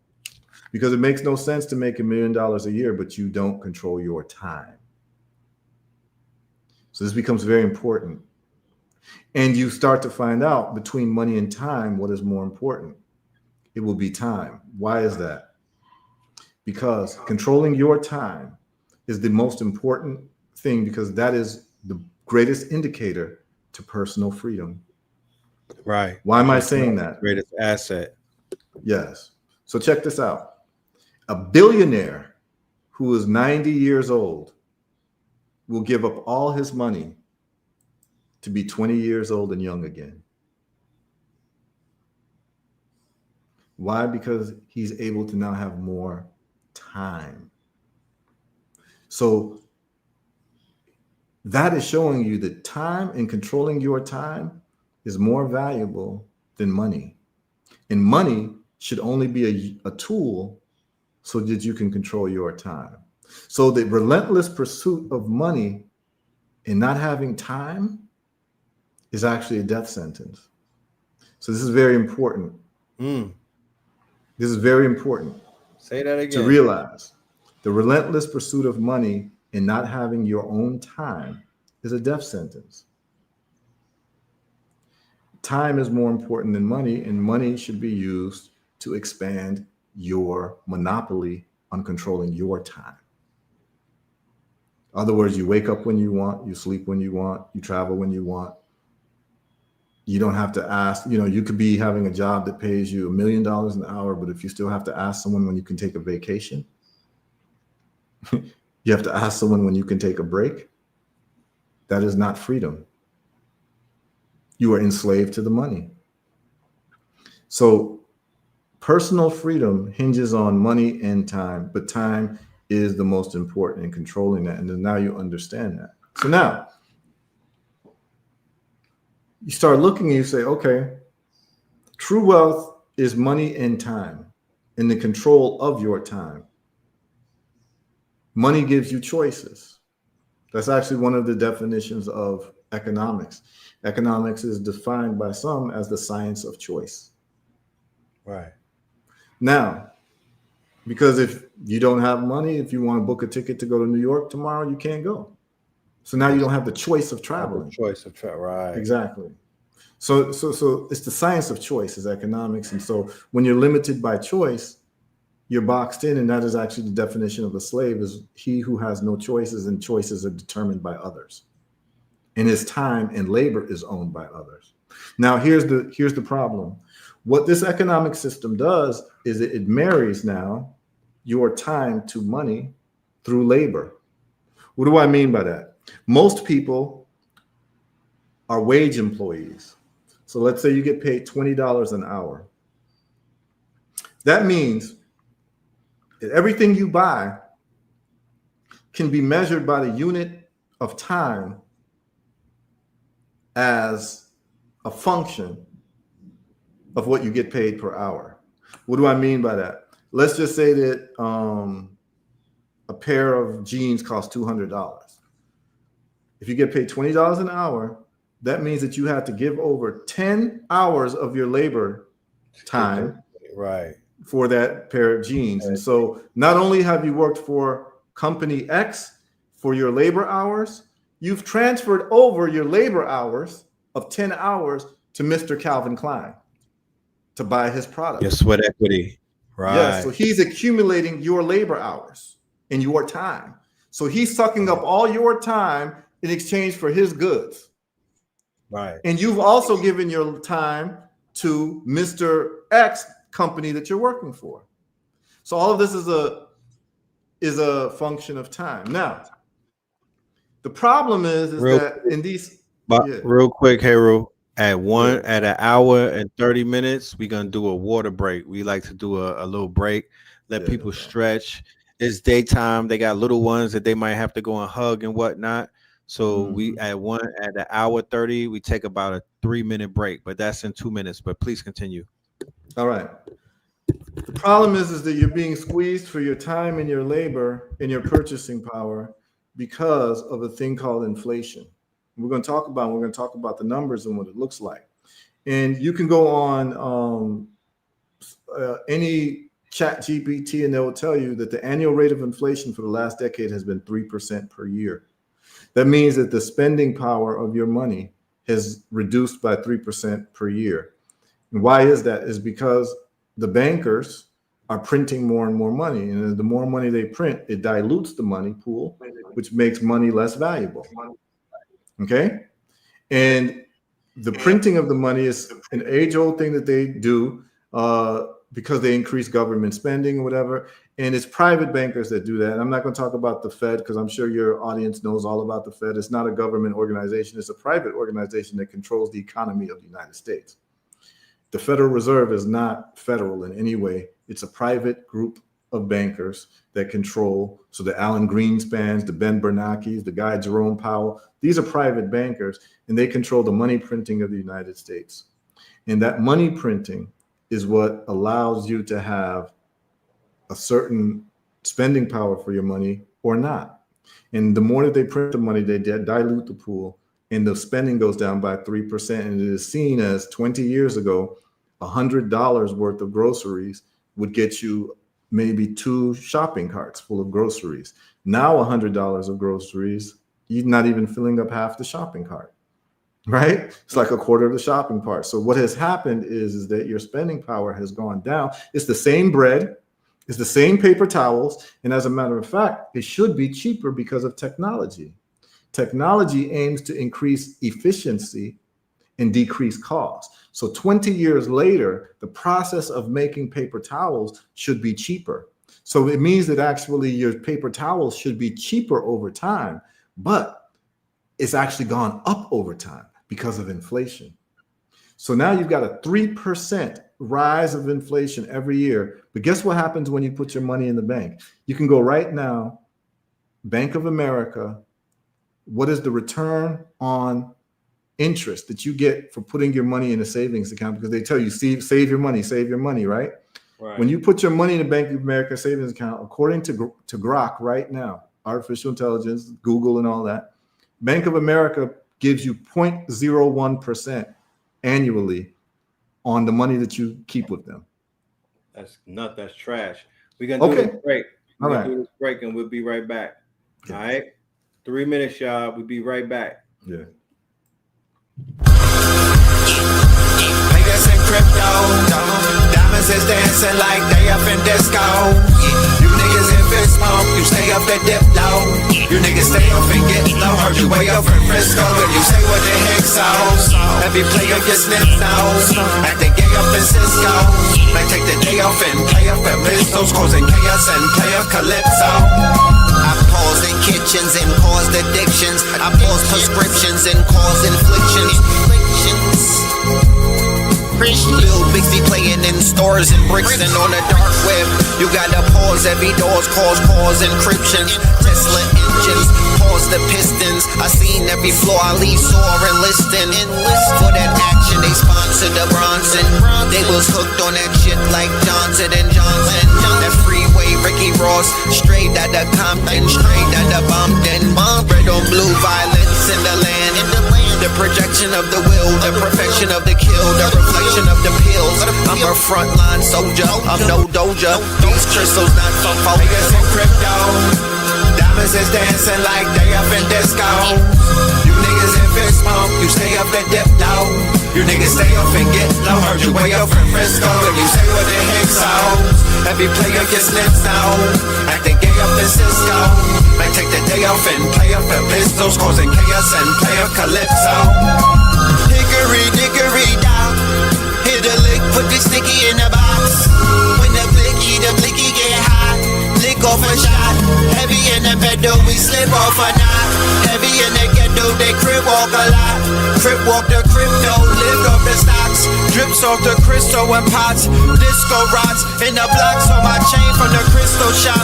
In the light air, lift off the rock. Toe from the right chain on my block. White paint on my socks. White paint on my socks. Hickory dickory dock. Hit the lick, put the sticky in the box. When the blicky get hot, lick off a shot, we lick off a shot. Players in crypto, diamonds is dancing like they up in disco. You niggas in fist pump, you stay up at dip low. You niggas stay up and get low. Heard you way up in Frisco, and you say what the heck so. Every player gets snipped out, acting gay up in Cisco. Man, take the day off and play up at pistols, causing chaos and play up Calypso.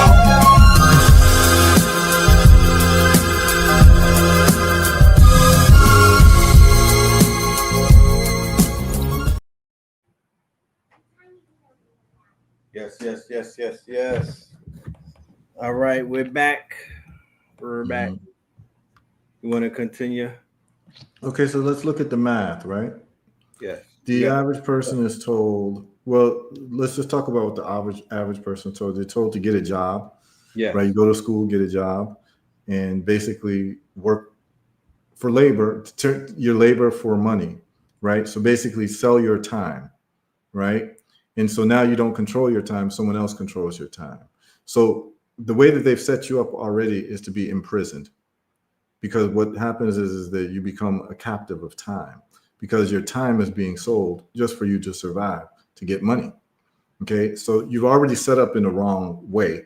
Whenever you are a wage employee, your time is taken away from you. When we told you that time is actually the most important commodity, that money is a tool for that, but you're getting money in exchange for your time there, and you don't have autonomous control of your time. This is a problem. You'll never be free if you have to sell your time to survive. Okay, now let's get back to that's the Justin that movie show, the movie Time. Did you see that with Timberlake? No, I didn't see it. You didn't see that? Where he was selling, they had to sell their time? No. I don't watch a lot of movies, so I wouldn't know. Okay. I'm very behind on movies. I'm gonna send you a list of movies though. Yeah, I'm gonna check it out. Definitely send it to me. If it's insightful, I would like to watch it. All right, so they say save your money, and the rate of inflation is 3% a year. That means that your purchasing power decreases by 3% a year, but you save your money in the bank and they give you 0.01% in your savings account. All right, so let's do some math, because I like to do math. And all of the listeners can actually watch as I do this, and we can just do a calculator, right? And I can just share the screen. And anytime we talk about money and all this, numbers should be talked about. You know, we should not shy away from numbers so that people can actually see what's going on, man. So I'm about to do some math right in front of y'all. So we're going to share the screen, and let's go to share entire screen. Okay. Can you see the calculator? Not yet. Okay, you can't see it? No, it's not up yet. Okay. Oh, I forgot to press a button here. All right. There you go. All right. Can you see the calculator now? Yep. All right. Let's go with $1,000 times. Remember I said 3%? Mm-hmm. You lose 3% of your spending power. So 3% is 0.03. Okay?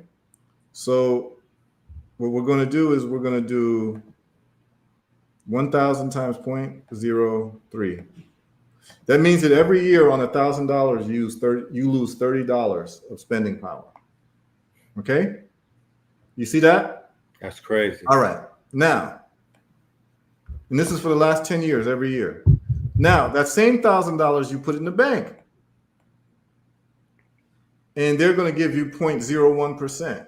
Just off the top of your head, what do you think 0.01% now, 0.01% of $1,000 is? Just off the top of your head. $1. Okay. This is the way you do the math. 1,000 times 0.0. Hold on. Let's start over. 1,000 times 0.0 0.0001. That's 0.01%. Okay? Yeah. Penny? Not even? Let's just do it over. Let's just do it over because I might have mistyped. 1,000 times 0.0000. So 0.0001. Sorry. There we go. Okay. It's 10 cents. Damn. Okay. So putting your money in a Bank of America savings account, $1,000 for every $1,000, they give you 10 cents. Now, this isn't even This isn't even taking into account their bank fees that they charge you. Okay, but your $1,000, you're making 10 cents off of your $1,000. But the spending power has gone down by 3%. So that means that $30 that you've lost, you've only gained 10 cents. So that what that means is that you've lost $29.90 every single year that you keep $1,000 in the bank. That's crazy. Okay, and I'm gonna stop sharing that screen. Let me see if I can stop sharing it here. Yeah, you can stop sharing it. So do you understand what's going on? Yeah. Here that you keep your money in a savings account in a bank, and they're giving you 0.01%. That is 10 cents that they're giving you on every dollar, and they're using your money to invest. That's so disrespectful. And to give loans to people. You understand? Yeah, that's so disrespectful. It's extremely disrespectful.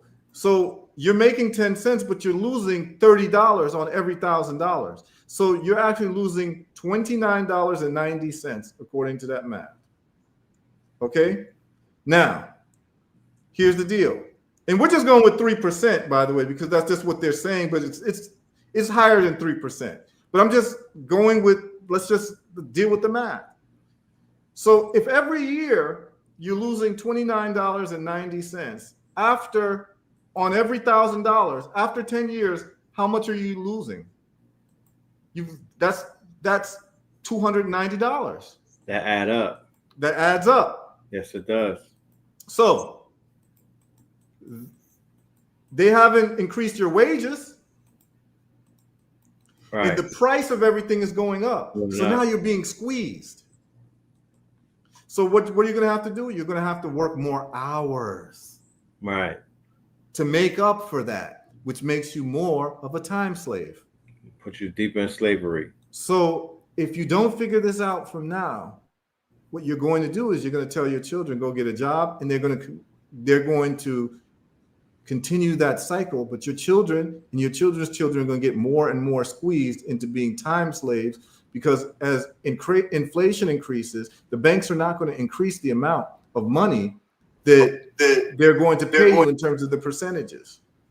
Do you understand what I'm saying? So saving your money in a bank account literally is losing your money if you do nothing to it. Right. So then it begs a question: what is the average person to do in this problem set? Because it's a problem set that everyone has to deal with, and this is what I've just described is the formula for poverty. Because your spending power goes down every year, but the prices go up every year. Right. That means that you have to work more hours to buy the same thing that you had to buy 10 years ago. Do you get that? This is what inflation does. Inflation is actually the thief of time. As prices go up, if the same pants cost $200 10 years ago and now it's cost $400, but you still have the same $20 hour job, you have to work twice as long, twice as many hours to pay for the same piece of pants, the same pair of pants. This goes for food. This goes for everything. So the more that they increase the price of things through inflation and the devaluation of your currency, right, and not increasing your wages and keeping stagnant the return on savings, they are creating you into becoming more and more of a time slave. So instead of 40 hours to pay off something, you now need 80 hours to pay off that same thing.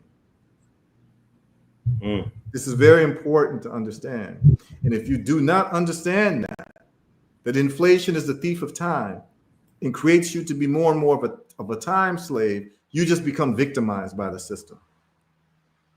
And so this is what they have set up for you, your family, for the next generations, is to be more and more of a time slave, and because you become a victim of inflation. If inflation makes things doubly as expensive, but your wages stay the same, you have to work double the amount of hours to pay for the same thing. This is just the reality.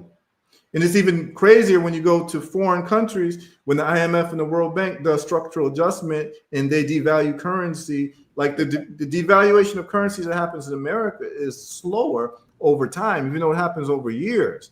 But imagine you're living in a place like Argentina, you're living in a place like Venezuela, and they do structural adjustment programs and they devalue your currency by 50% overnight. Where it used to be 1-to-1. Yeah. Where it used to be 1-to-1, now it's 2-to-1, which means that now you have to work double the amount of time to pay for the same thing overnight. See, it's happening slowly in America, but in other countries that I've lived in and visited, it can happen very quickly. Okay? All right. So what does this mean? This is very important for people to understand this, because people get caught up in capitalism versus socialism and this and that. But if you don't understand that money is about time, and when you free yourself and decouple money from time, that's when you become free. All right. So here's the deal. I looked at this and I said, damn, what am I going to do now that I understand this? What I decided to do is I decided to do what anybody does who's serious about success. When you're serious about success in anything in life, whether you're an athlete, that's why, like, if you're a basketball player, you might want to watch tapes of Kobe Bryant and Michael Jordan. You don't watch the tapes of the losers or the players who didn't play well, right? Nope. You watch the tapes of the people who were very successful in that sport. Why? Yes, because you want to reverse engineer success. Yes. Therefore, the same first principles approach applies, that if you want to dominate money and time, look for people within whatever society you're interested in who have dominated money and time. That would be your billionaires, right? They've got all the time to do whatever they want to do, and they have all the money to exact whatever choices that they want. The question is, how did they get there? And then first principles approach says to you, what are the characteristics of wealth for billionaires? And we find it's three things. They made their money either through a business that they own, real estate, or stocks, which we can include cryptocurrency in stocks. Let's just call it appreciating asset commodities or securities, right? So you make a list of this. You say, okay, business, real estate, stocks, and crypto, let's just call it. But let's just call it stocks for now, for lack of a better word, okay? That's how people made their billions. You can name all the billionaires and you start seeing certain trends. All right. Now let's evaluate which modality of those three is the most desired modality of those three if you were going to enter into any of those. So now let's talk about business. To own a business that's generating $1 billion in revenue, you most likely have to have employees. Mm-hmm. You probably have to have a product or a service. And if it's a product, you're dealing with suppliers, you're dealing with supply chain, you're dealing with shipping, you're dealing with customers and customer service, you're dealing with insurance, you're dealing with legal compliance. You see all those things that I just named? Mm-hmm. And you're spending a lot of time managing this as a business owner in terms of just personnel management, right? And managing some of the big decisions, okay? Number two, real estate. What does real estate involve? You're purchasing a piece of property. And in America, what does property involve? You're going to have to get a lawyer. You're going to have to get a surveyor. You're going to have to get an inspector. Anyone who's purchased any property like a house or land, they know everything I'm talking about. Right. You need a surveyor. you need an inspector, you need a title company, you need a lawyer. You're probably going to use a real estate agent. Look at how many middlemen are in between this transaction. And then you've got real estate insurance, you've got real estate taxes, you've got maybe you've got employees that handle the maintenance of that particular property. You've got tenants if you're doing a long-term hold play and you've got a mortgage, you take it in liability. All of these aspects in real estate. And it's illiquid. That means that you can't just sell it overnight.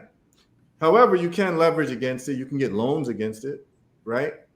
That's a good quality of it. You can get loans against your business as well, right? Credit lines and all of that, right? So being able to get loans against your business, loans against your real estate, check. You're able to do that, right? But when you want to cash out, it's problematic because it could take over a year to sell a piece of real estate. That money is not immediate. Right. Okay. All right. Now let's get into stocks. $1 billion worth of stocks. There's no employees. There's no insurance. Mm-hmm. There's no products getting lost or stolen. There's no shipping errors.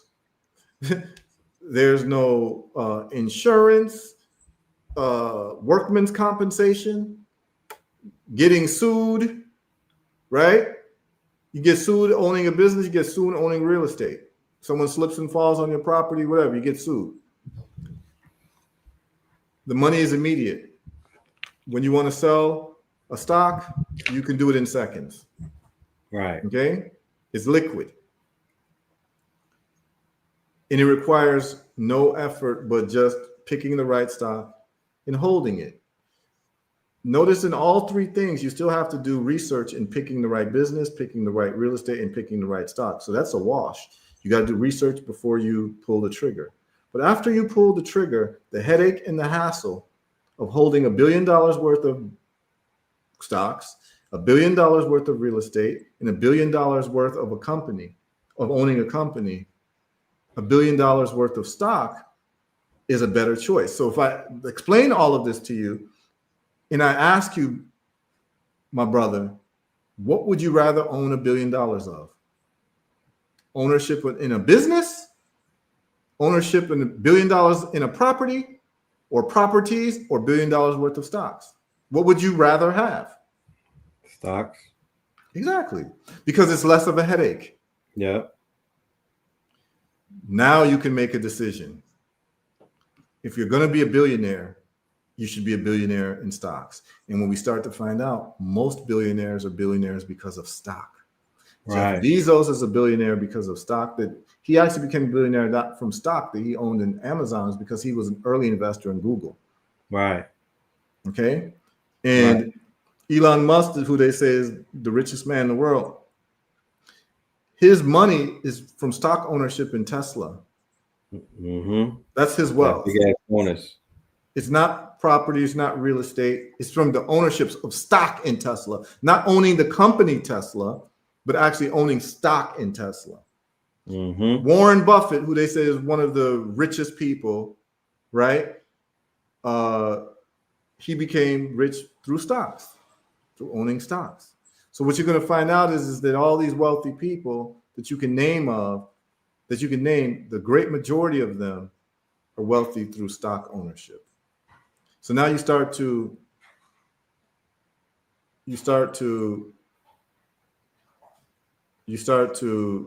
do reverse engineering. So you say to yourself, the biggest bang for my intellectual time to solve my money and time problem would be to master stocks and equities and things of that nature. In other words, if I have so much intellectual power, should I spend it on forming a company, or should I spend it on mastering real estate, or should I spend it on mastering stocks? Well, mastering stocks will give you more time to yourself and less headache.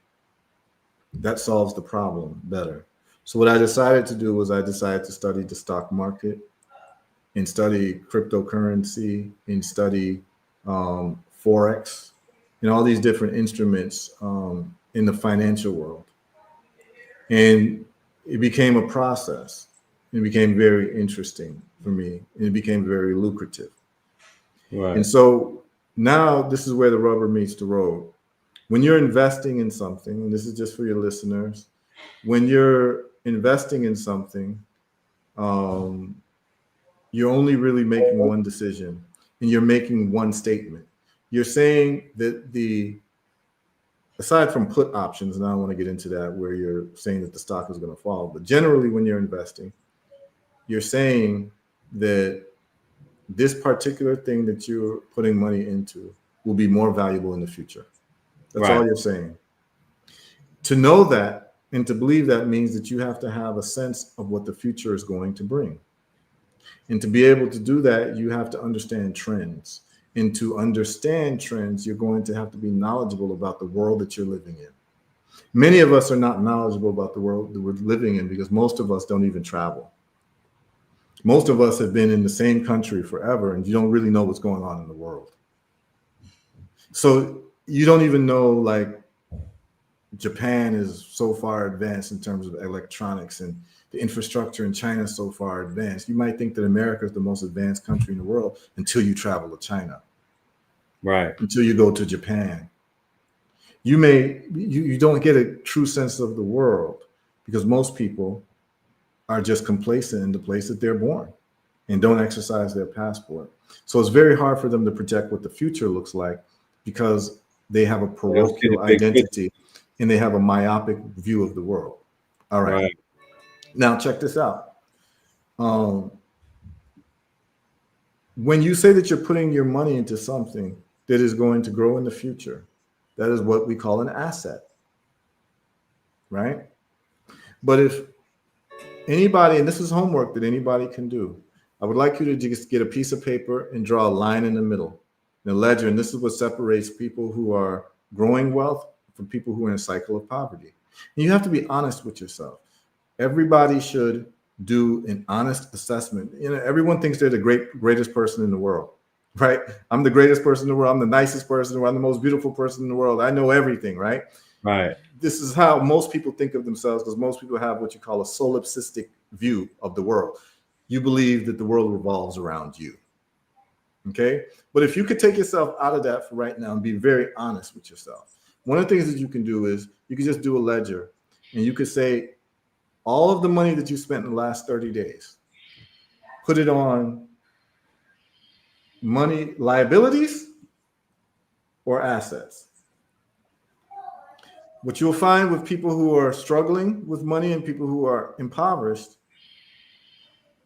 almost 90 to 100% of their money that they spent in the last 30 days has gone to the liability side. So when people get money, even if you put it in a savings account, if it's losing money, if it's making less than 3%, you're losing money. So that money that you thought that you were saving is actually a liability because you're losing money. Anytime you're losing money or it doesn't whatever you bought doesn't retain its value, it's a liability. That would be a car. That would be your clothes. That would be whatever you're spending, the strip club. That would be whatever you're spending money on. If it does not increase in value over time, whatever the thing that you bought, then, and you can cash in on that, it is a liability.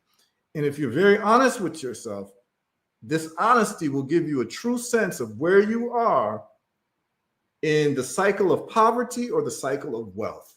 Because if you're spending all your money on liabilities, you're literally throwing away money and your money's never getting an opportunity to grow. And if you have money spent less on assets, not even 10% of your money spent on assets, even if you're wrong about it, at least you're attempting to grow the money. Most people are not attempting to grow the money. Most people are just surviving. Most people are just spending. And because of that, they will always be time slaves. You'll never control your time. So now, you'll never be able to control money. And the health part is even more serious because having a lack of control of your health, limits your time. And it limits your time on earth. So actually investing in your health is an asset because it increases your time on earth. Remember, time is the most important commodity. A billionaire with terminal cancer will give away all their money to be 20 and cancer free again. So the point is this: people have to do honest assessments, and people will never make changes until people get off the pedestal in which they see themselves and understand that you're 40 years old, or you're 50 years old, or you're 60 years old, you're 30 years old, and your life is in a continuous habit of a cycle of poverty, because the only way that you make money is selling your time. And you don't have an answer for it, but to sell more of your time, or sell your time for a higher price, which is getting a higher paying job. But you're still going to be victim to inflation. Now, here's the deal. I looked into this and I said, okay, I need to, whatever income that I have, I need to take a serious portion. And I decided it was going to be 20% after I read a book called, I think it was called The Richest Man in Babylon. I remember that. Very important. It's a very important book. And in that book, it talks about paying yourself first, and to take away 20% of your income and pay yourself that first and invest that or save it. Mm-hmm. Okay. So I decided that I was going to follow that and go 20% of whatever income I had, no matter what. Even if I have to cut buying food by 20%, I'm going to do it. And what I'm going to do is invest it. But before I invest it, I don't want to lose my money. If I know that investing is saying that something's price is going to go up, it would behoove me to understand the world that I'm in, to understand the trends. So for instance, what you do through first principles thinking is look today, and you start to say to yourself, 20 years ago, what would I have invested in? Based on what I know today. You start with this exercise. Right. And you say to yourself, well, 20 years ago, we had to go to the store to buy everything. Amazon looked like a great play 20 years ago. Because what did it do? It brought the store to your doorstep. You no longer had to go through the mall. And remember, Amazon started as a online book retailer. Jeff Bezos, they were selling books. Jeff Bezos, his goal at the beginning was to put bookstores out of business. I remember. And what he realized was, wait, I'm not selling books, I'm selling products. I'm a product. Yeah, I'm doing fulfillment. Yes. Look, I don't want to cut your wisdom, my good brother, but we did hit the 2-hour mark. Yeah. And I did say that we were only going to do a 2-hour show. No problem. And yeah, I don't want to go over that promise and whatnot. What I do want to do is a part 2. I definitely need a part 2. So we could get right into the, we've been building it up. I want to be able to take them to the solutions. This was a great lesson. I think this is some good food for the family to eat, to detox them, to deprogram them, to put them in a different type of mind state. And then we could begin to implement solutions. Then we could begin to implement, quote unquote, the ways to make things happen. I know I already know. I feel bad even cutting it midstream like that. Yeah, no, it's all good. It's all good. Yeah. Could I just end with something Of in course. the last minute? So Of course, yes. I could be a great talker and make a lot of sense, but again, I believe in receipts. So to show you all that I know what I'm talking about is that I started studying Forex some years ago, and I've since cracked the code to Forex. And when you do Forex, people are happy when you start learning Forex, like with 20 pips, right? Have you ever, you familiar with Forex, bro? Very familiar. Yes, sir. Right. So people get 20 pips. In the pit.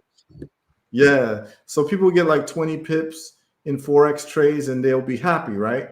So what I'm going to do is I'm going to show you my Forex board right now, my charts. And we can end with that just to show you all receipts.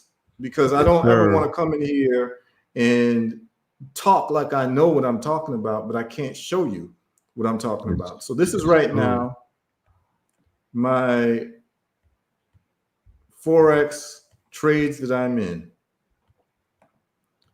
And I'm going to share this with you all. Okay, so I'm in a Bitcoin trade right now. Can you see this? I can see it. Yes, sir. Okay, and as you can see, this is not a demo account. This is live. The broker that I use is called Hugo's Way. Do you see the live account? I see it. Yes, sir. This is real money. Do you see the amount of pips that I have? You pipped up. 209,796 pips, and I'm in a Bitcoin trade. And I've been in this trade for a few days. People like to get out of trades at 20 pips. But because I've cracked the code, I know what I'm doing, and I have 209 pips, and it will be more than that by the next 2 days. Okay? Damn, Gladys. Okay, and then I'm in IBM. You will see 4,700 pips in IBM. I've been in IBM for about 2 weeks. Okay, now the green lines are my entries. So you see I hit them with several trades. Right. And the pinkish line is my stop losses. You'll notice that my stop loss is above my entry, which means that this is a zero risk trade. No matter what happens, I cannot lose money in this trade. Right. Usually the stop loss will be below the entries and you're risking money. I'm in a no risk trade. I'm in Berkshire Hathaway right now, and I'm up 671 pips. You see BRKB daily. I'm in NVIDIA right now. You see I'm up 1,300 pips. Okay, and you see I hit NVIDIA hard with about 15 trades. You see them here. I'm in Tesla. I've been in Tesla for 2 months. These are the weekly charts. So every candle is a week. Right. So I've been in Tesla for some time, 7,000 pips. This is not regular. You're not going to see thousands of pips in terms of the people who teach this stuff. I'm in Ethereum right now. I got a new name for you. And when we do part 2, it's going to be Wealth is Health part 2 featuring Scottie Pippen, aka right. HERU OFORI-ATTA. Scottie Right. Pippen. Right. So I want to show people that this is something I've been able to do through immersing myself. And what we realize is this, is that, and I'm going to stop sharing. Yeah. This is what I realize is that if you love something and if you love anything enough and you dedicate yourself to it and have passion about it, it will reveal all of its secrets to you. That's right. That goes for a woman. That's right. That goes for a scientific experiment or a scientific question. That goes for economics. That goes for music. That goes for creativity. Anything that you love enough and you dedicate yourself to it and give it an immense amount of passion, it will reveal all of its secrets to you. And so because I was very serious about being economically free and I had a passion for it, I decided to study stocks, Forex, stock options, and all of that. And that's why you see me getting outsized returns in these things. And I'm able to talk about it very casually because I was able to crack the code by looking at patterns, looking at history, looking at what other people were teaching and seeing the deficiencies in what they're teaching and coming up with my own style, just like how Bruce Lee came up with Jeet Kune Do, right? His own style of Kung Fu. Is this something we'll be teaching in New Orleans when we get out there? Yeah, we'll talk about it. And I have a website now where people can just follow my trades and copy my trades. It's called HERUtrades.com. Before we get out of here? Yep. It's HERUtrades.com. I'll just show people the website. You can go there. It's a subscription fee, just like you have a subscription fee for Netflix. But you can subscribe for 1 week, 1 month, 1 year. You look at the trades. You get a portal once you register. Right. I would recommend people just register for a week, follow my trades. If you make money, then you can, go for another week. And I tell you everything that I'm doing. I'm telling you that, I'm in this particular option of IBM. with this expiration date, I'll tell you, I entered gold trade in Forex. And this is my stop loss level, and this is my take profit and all that. So all you got to do is really just copy my trades, but it's up to you to get a brokerage account. I would recommend for options trading, Robinhood. Stocks and options, Robinhood, to me is a really great app. It has a lot of functionality. And then for Forex trading, I trade using Hugo's Way because they take cryptocurrency payments and they pay out in crypto. So what I'm going to do right now is I'm going to share my website real quick. Okay, you're going to share it. Yeah, I'm going to share it real quick.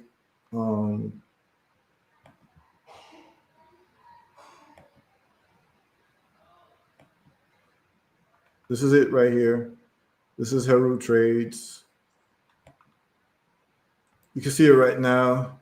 Yep. Okay, it's just you're invited to witness, mirror, observe, copy, and analyze trades with a weekly, monthly, or yearly subscription.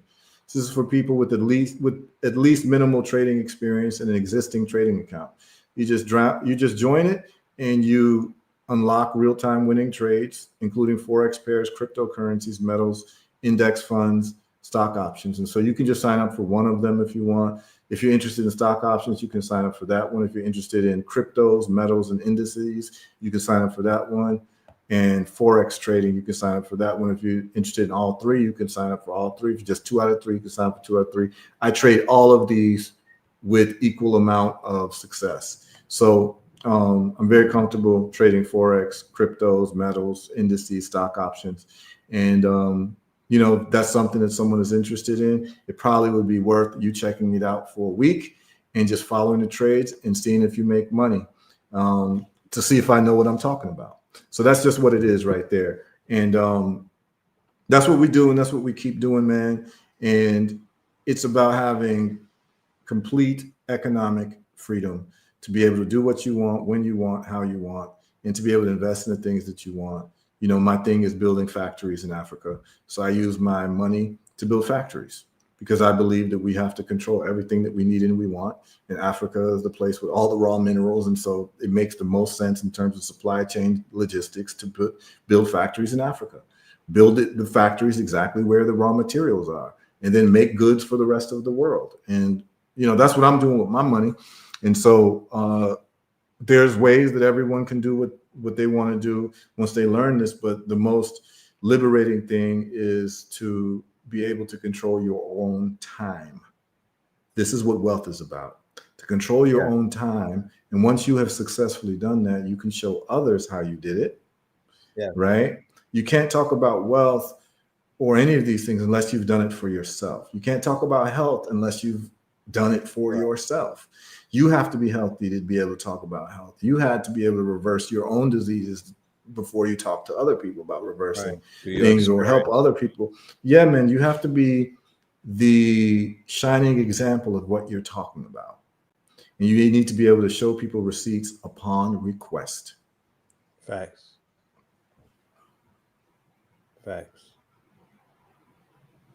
Yeah, man. So I'm always down to show people what it is, man. A lot of people will talk about it, but I'm going to show you. These aren't demo accounts. These aren't like paper accounts. This is real. I put my money where my mouth is. And I'm talking about this because I'm sharing my journey with people, because I don't believe that I am more intelligent than anybody. I believe that all of us have enough intelligence to accomplish anything that I've accomplished. All I'm doing is I'm just sharing with you the field reports. What I did, these were my results. And if you do X, Y, Z, you'll probably get the same results. Maybe even better. You might be smarter than me. You might have more passion than me. So you might even get, you might crack the code more than me. But as we stand right now, I've cracked the code to stock options. I've cracked the code to Forex, trading gold, metals, all of that type of stuff. And so, I'm very comfortable where I sit right now. It was an arduous journey with a lot of mistakes, a lot of losses, but I've gotten to a point now where I'm very comfortable with it, and the returns outpace any professional trader that you would meet or any hedge fund that you would meet in New York City. They would die to get 300,000, 200,000 pips off of a Bitcoin trade. So what we're going to do is that there will be a cadre of brothers and sisters who know this stuff that I will be sitting down with. And I look forward in the next year or two for us to start a hedge fund for our people so that those who are on pensions, they can invest with our hedge fund and we can give them preferred returns of over 20%, 30% per year because of the rate of returns that we do is absolutely ridiculous. I mean, last show I showed you the rate of returns for the options. Crazy. Yeah. And if I was to share what happened today, you shake your head too. You know what I'm saying? But it's just understanding the charts, understanding how to read everything, and making the right decisions.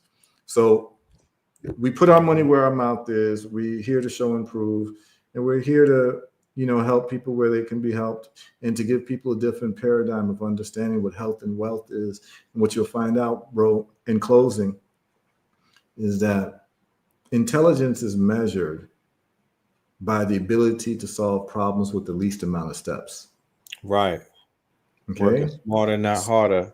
Yes. So if you watch somebody who plays chess, the person who can get to checkmate with the least amount of steps would be a greater chess master and someone who takes many steps to get to that checkmate. In mathematics, it's called the most elegant solution to an equation. So once you have the most elegant solutions to an equation, which is the least amount of steps to solving an equation, this is how intelligence can be measured. So what I've tried to do in the field of cancer, high blood pressure, diabetes, economics, trading, Forex, trading stocks, is to have the most elegant solutions to the problem set, which is solving the problem with the least amount of steps possible. And that's it. And that's where we're at. So, for the people, for the health situations, catch me in Atlanta, October 11th. And people with, no, you have to go this way. The people with the health situations who want to come to New Orleans, come check us out on the 18th. What is it, the 19th? It's the 19th. Yes, 19th. Sir. The brother has the flyer. Red Pill has the flyers. His mother will be there. The twins will be there. And it should be a magical gathering of people who just want the best for each other and all of those around us. And so it's very rare when you actually have that. And anything that I can do for my brothers, I'm ready, willing, and able. Known you all for some time, and we'll sit down and I'll show you all the code. Because what I know is that when Red Pill and Blue Pill are making this type of money and you have control of your time, the world will be a better place. Because I know what you all are going to do with it, and it's going to be for the benefit of our people. And so I look forward to meeting the family and to meeting the brothers and sisters who come out to Atlanta on the 10th and 11th, and the ones who come out on the 19th in New Orleans. And I will also be in New York City giving a health lecture on cancer reversal in the week after. So that's the 20th. The week after would be the 23rd, 24th, and 25th. I will be in the Bronx on the 23rd, I believe, which is a Friday. No, I will be in Nicholas, Brooklyn on the 23rd. And I believe that on the 24th, I'll be in the Bronx. And then I'll be in Queens on the 25th. And we're working out the venue for the Queens lecture, probably in Simotap. And I'm doing it with the UNIA, which is Marcus Garvey's organization. We're going to work all that out. But Nicholas, Brooklyn will be, I believe, that Friday. That Saturday will be the Bronx. And anyone wants to know more about that, just contact Sister Kafunya. Kafunya, one of the legends of New York City. Anything happening culturally important, Kafunya's got her fingerprints on it somehow. And so she's helping to organize me coming to Nicholas, Brooklyn, and then to a health store in Bronx to talk about how you can quickly eradicate these problems that they're hiding from you as to why you have it in the first place. But I'll explain it to you. You'll understand. You'll be able to pass it to your children, your mothers, your fathers, your husbands, your wives. And it'll be easy to understand why you have diabetes, why you have high blood pressure, and why you have cancer, and how to eradicate it in a short amount of time in a non-toxic way. And, we rinse and repeat, man. And so I'm happy to be here. Happy to be on your show. Pleasured and honored to be here to share information with you and share my story with you. Likewise, I'm honored to be here with you as well. I'm honored to have you on the platform. I'm honored to introduce you to the network, to the audience, and just seeing their responses in the chat is definitely fulfillment. We're going to do part two. We're going to do part two for Wealth is Health, ladies and gentlemen, very, very soon. If we're going to see you in New Orleans, put a 1 in the chat. If we're going to see you in New Orleans, put a 1 in the chat. If you want this brother to teach you Forex trading and all of these keys to wealth creation, put a 2 in the chat.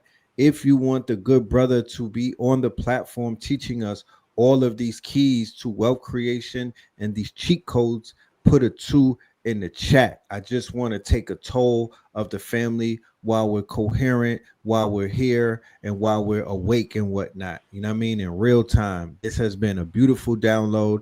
This has been a beautiful way. Thank God, TGIT. Thank God it's Thursday and whatnot. Yeah, man. And we are going to be following up with part 2 of this conversation. Go ahead and listen to this one, rewind it, prepare yourself, ask questions, write them down. By the time we come back with part 2, we'll open up the floor for Q&A, and then we'll continue this conversation and allow the brother to continue to build, because he's just beginning to build. He's just beginning to get the knowledge out there. So we will see you in New Orleans. This is going to be monumental. Blue Pill will be on the platform. We're even looking to bring Mama Pill on the platform before the date so she could speak to the family. With that being said, a word from the sponsors real quick, and then we are out of here. All right. On October the 11th, on Saturday, October the 11th, we have a Qigong intensive masterclass in Atlanta, in the ATL, well, in Georgia for that matter, Lilbourne, Georgia, at the Wellness Vibes Therapy. The good brother is going to be dealing with bioenergetic anatomy. The workshop provides the real bioenergetic training and understanding and the foundation necessary to become a true Qigong technician, able to create individualized Qigong prescriptions for patients. The 8-piece brocade. This is extremely famous and popular medical Qigong routine. It fosters robust and radiant health and wellness. This will be presented by Sifu Sharif Anail Bey, Saturday, October the 11th, 2 to 8 p.m. in the A in Atlanta, or near Atlanta, in Lilbourne, Georgia, at Wellness Vibes Therapy, ladies and gentlemen. Yeah, so with that being said, we will see you for part 2 of this at 10 p.m. with Father Rich, aka Radiohead. We're going to be dealing with how to use AI to increase your manifestations. So with that being said, peace, love, and light to the family. We will see you later. All right. Pay us in crypto. Peace. Pay us in crypto. Diamonds is dancing like they up in disco.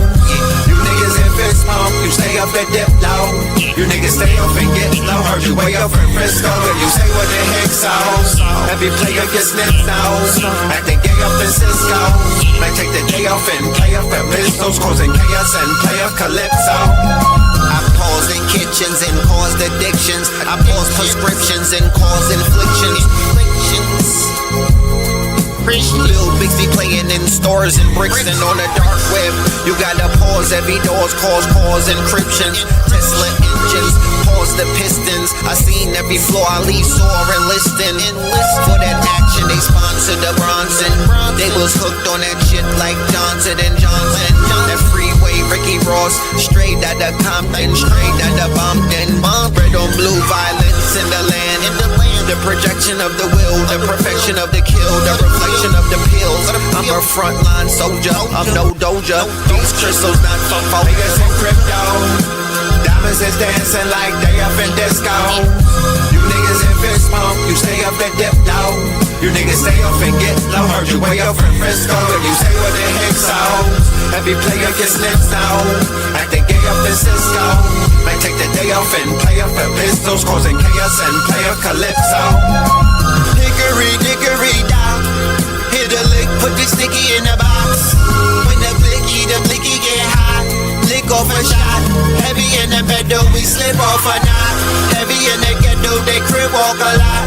Crib walk the crypto, lift off the stocks. Drips off the crystal and pots. Disco rods in the blocks on my chain from the crystal shop. In the light air, lift off the rock. Toe from the right chain on my block. White paint on my socks. White paint on my socks. Hickory dickory dock. Hit the lick, put the sticky in the box. When the blicky get hot, lick off a shot, we lick off a shot. Payers in crypto, diamonds is dancing like they up in discos. You niggas in fist bump, you stay up the dip though. You niggas stay up and get low, heard you way up from Frisco. If you say what they hate songs, every player gets slips now. Acting gay up in Cisco, like take the day off and play up the pistols, causing chaos and play up Calypso.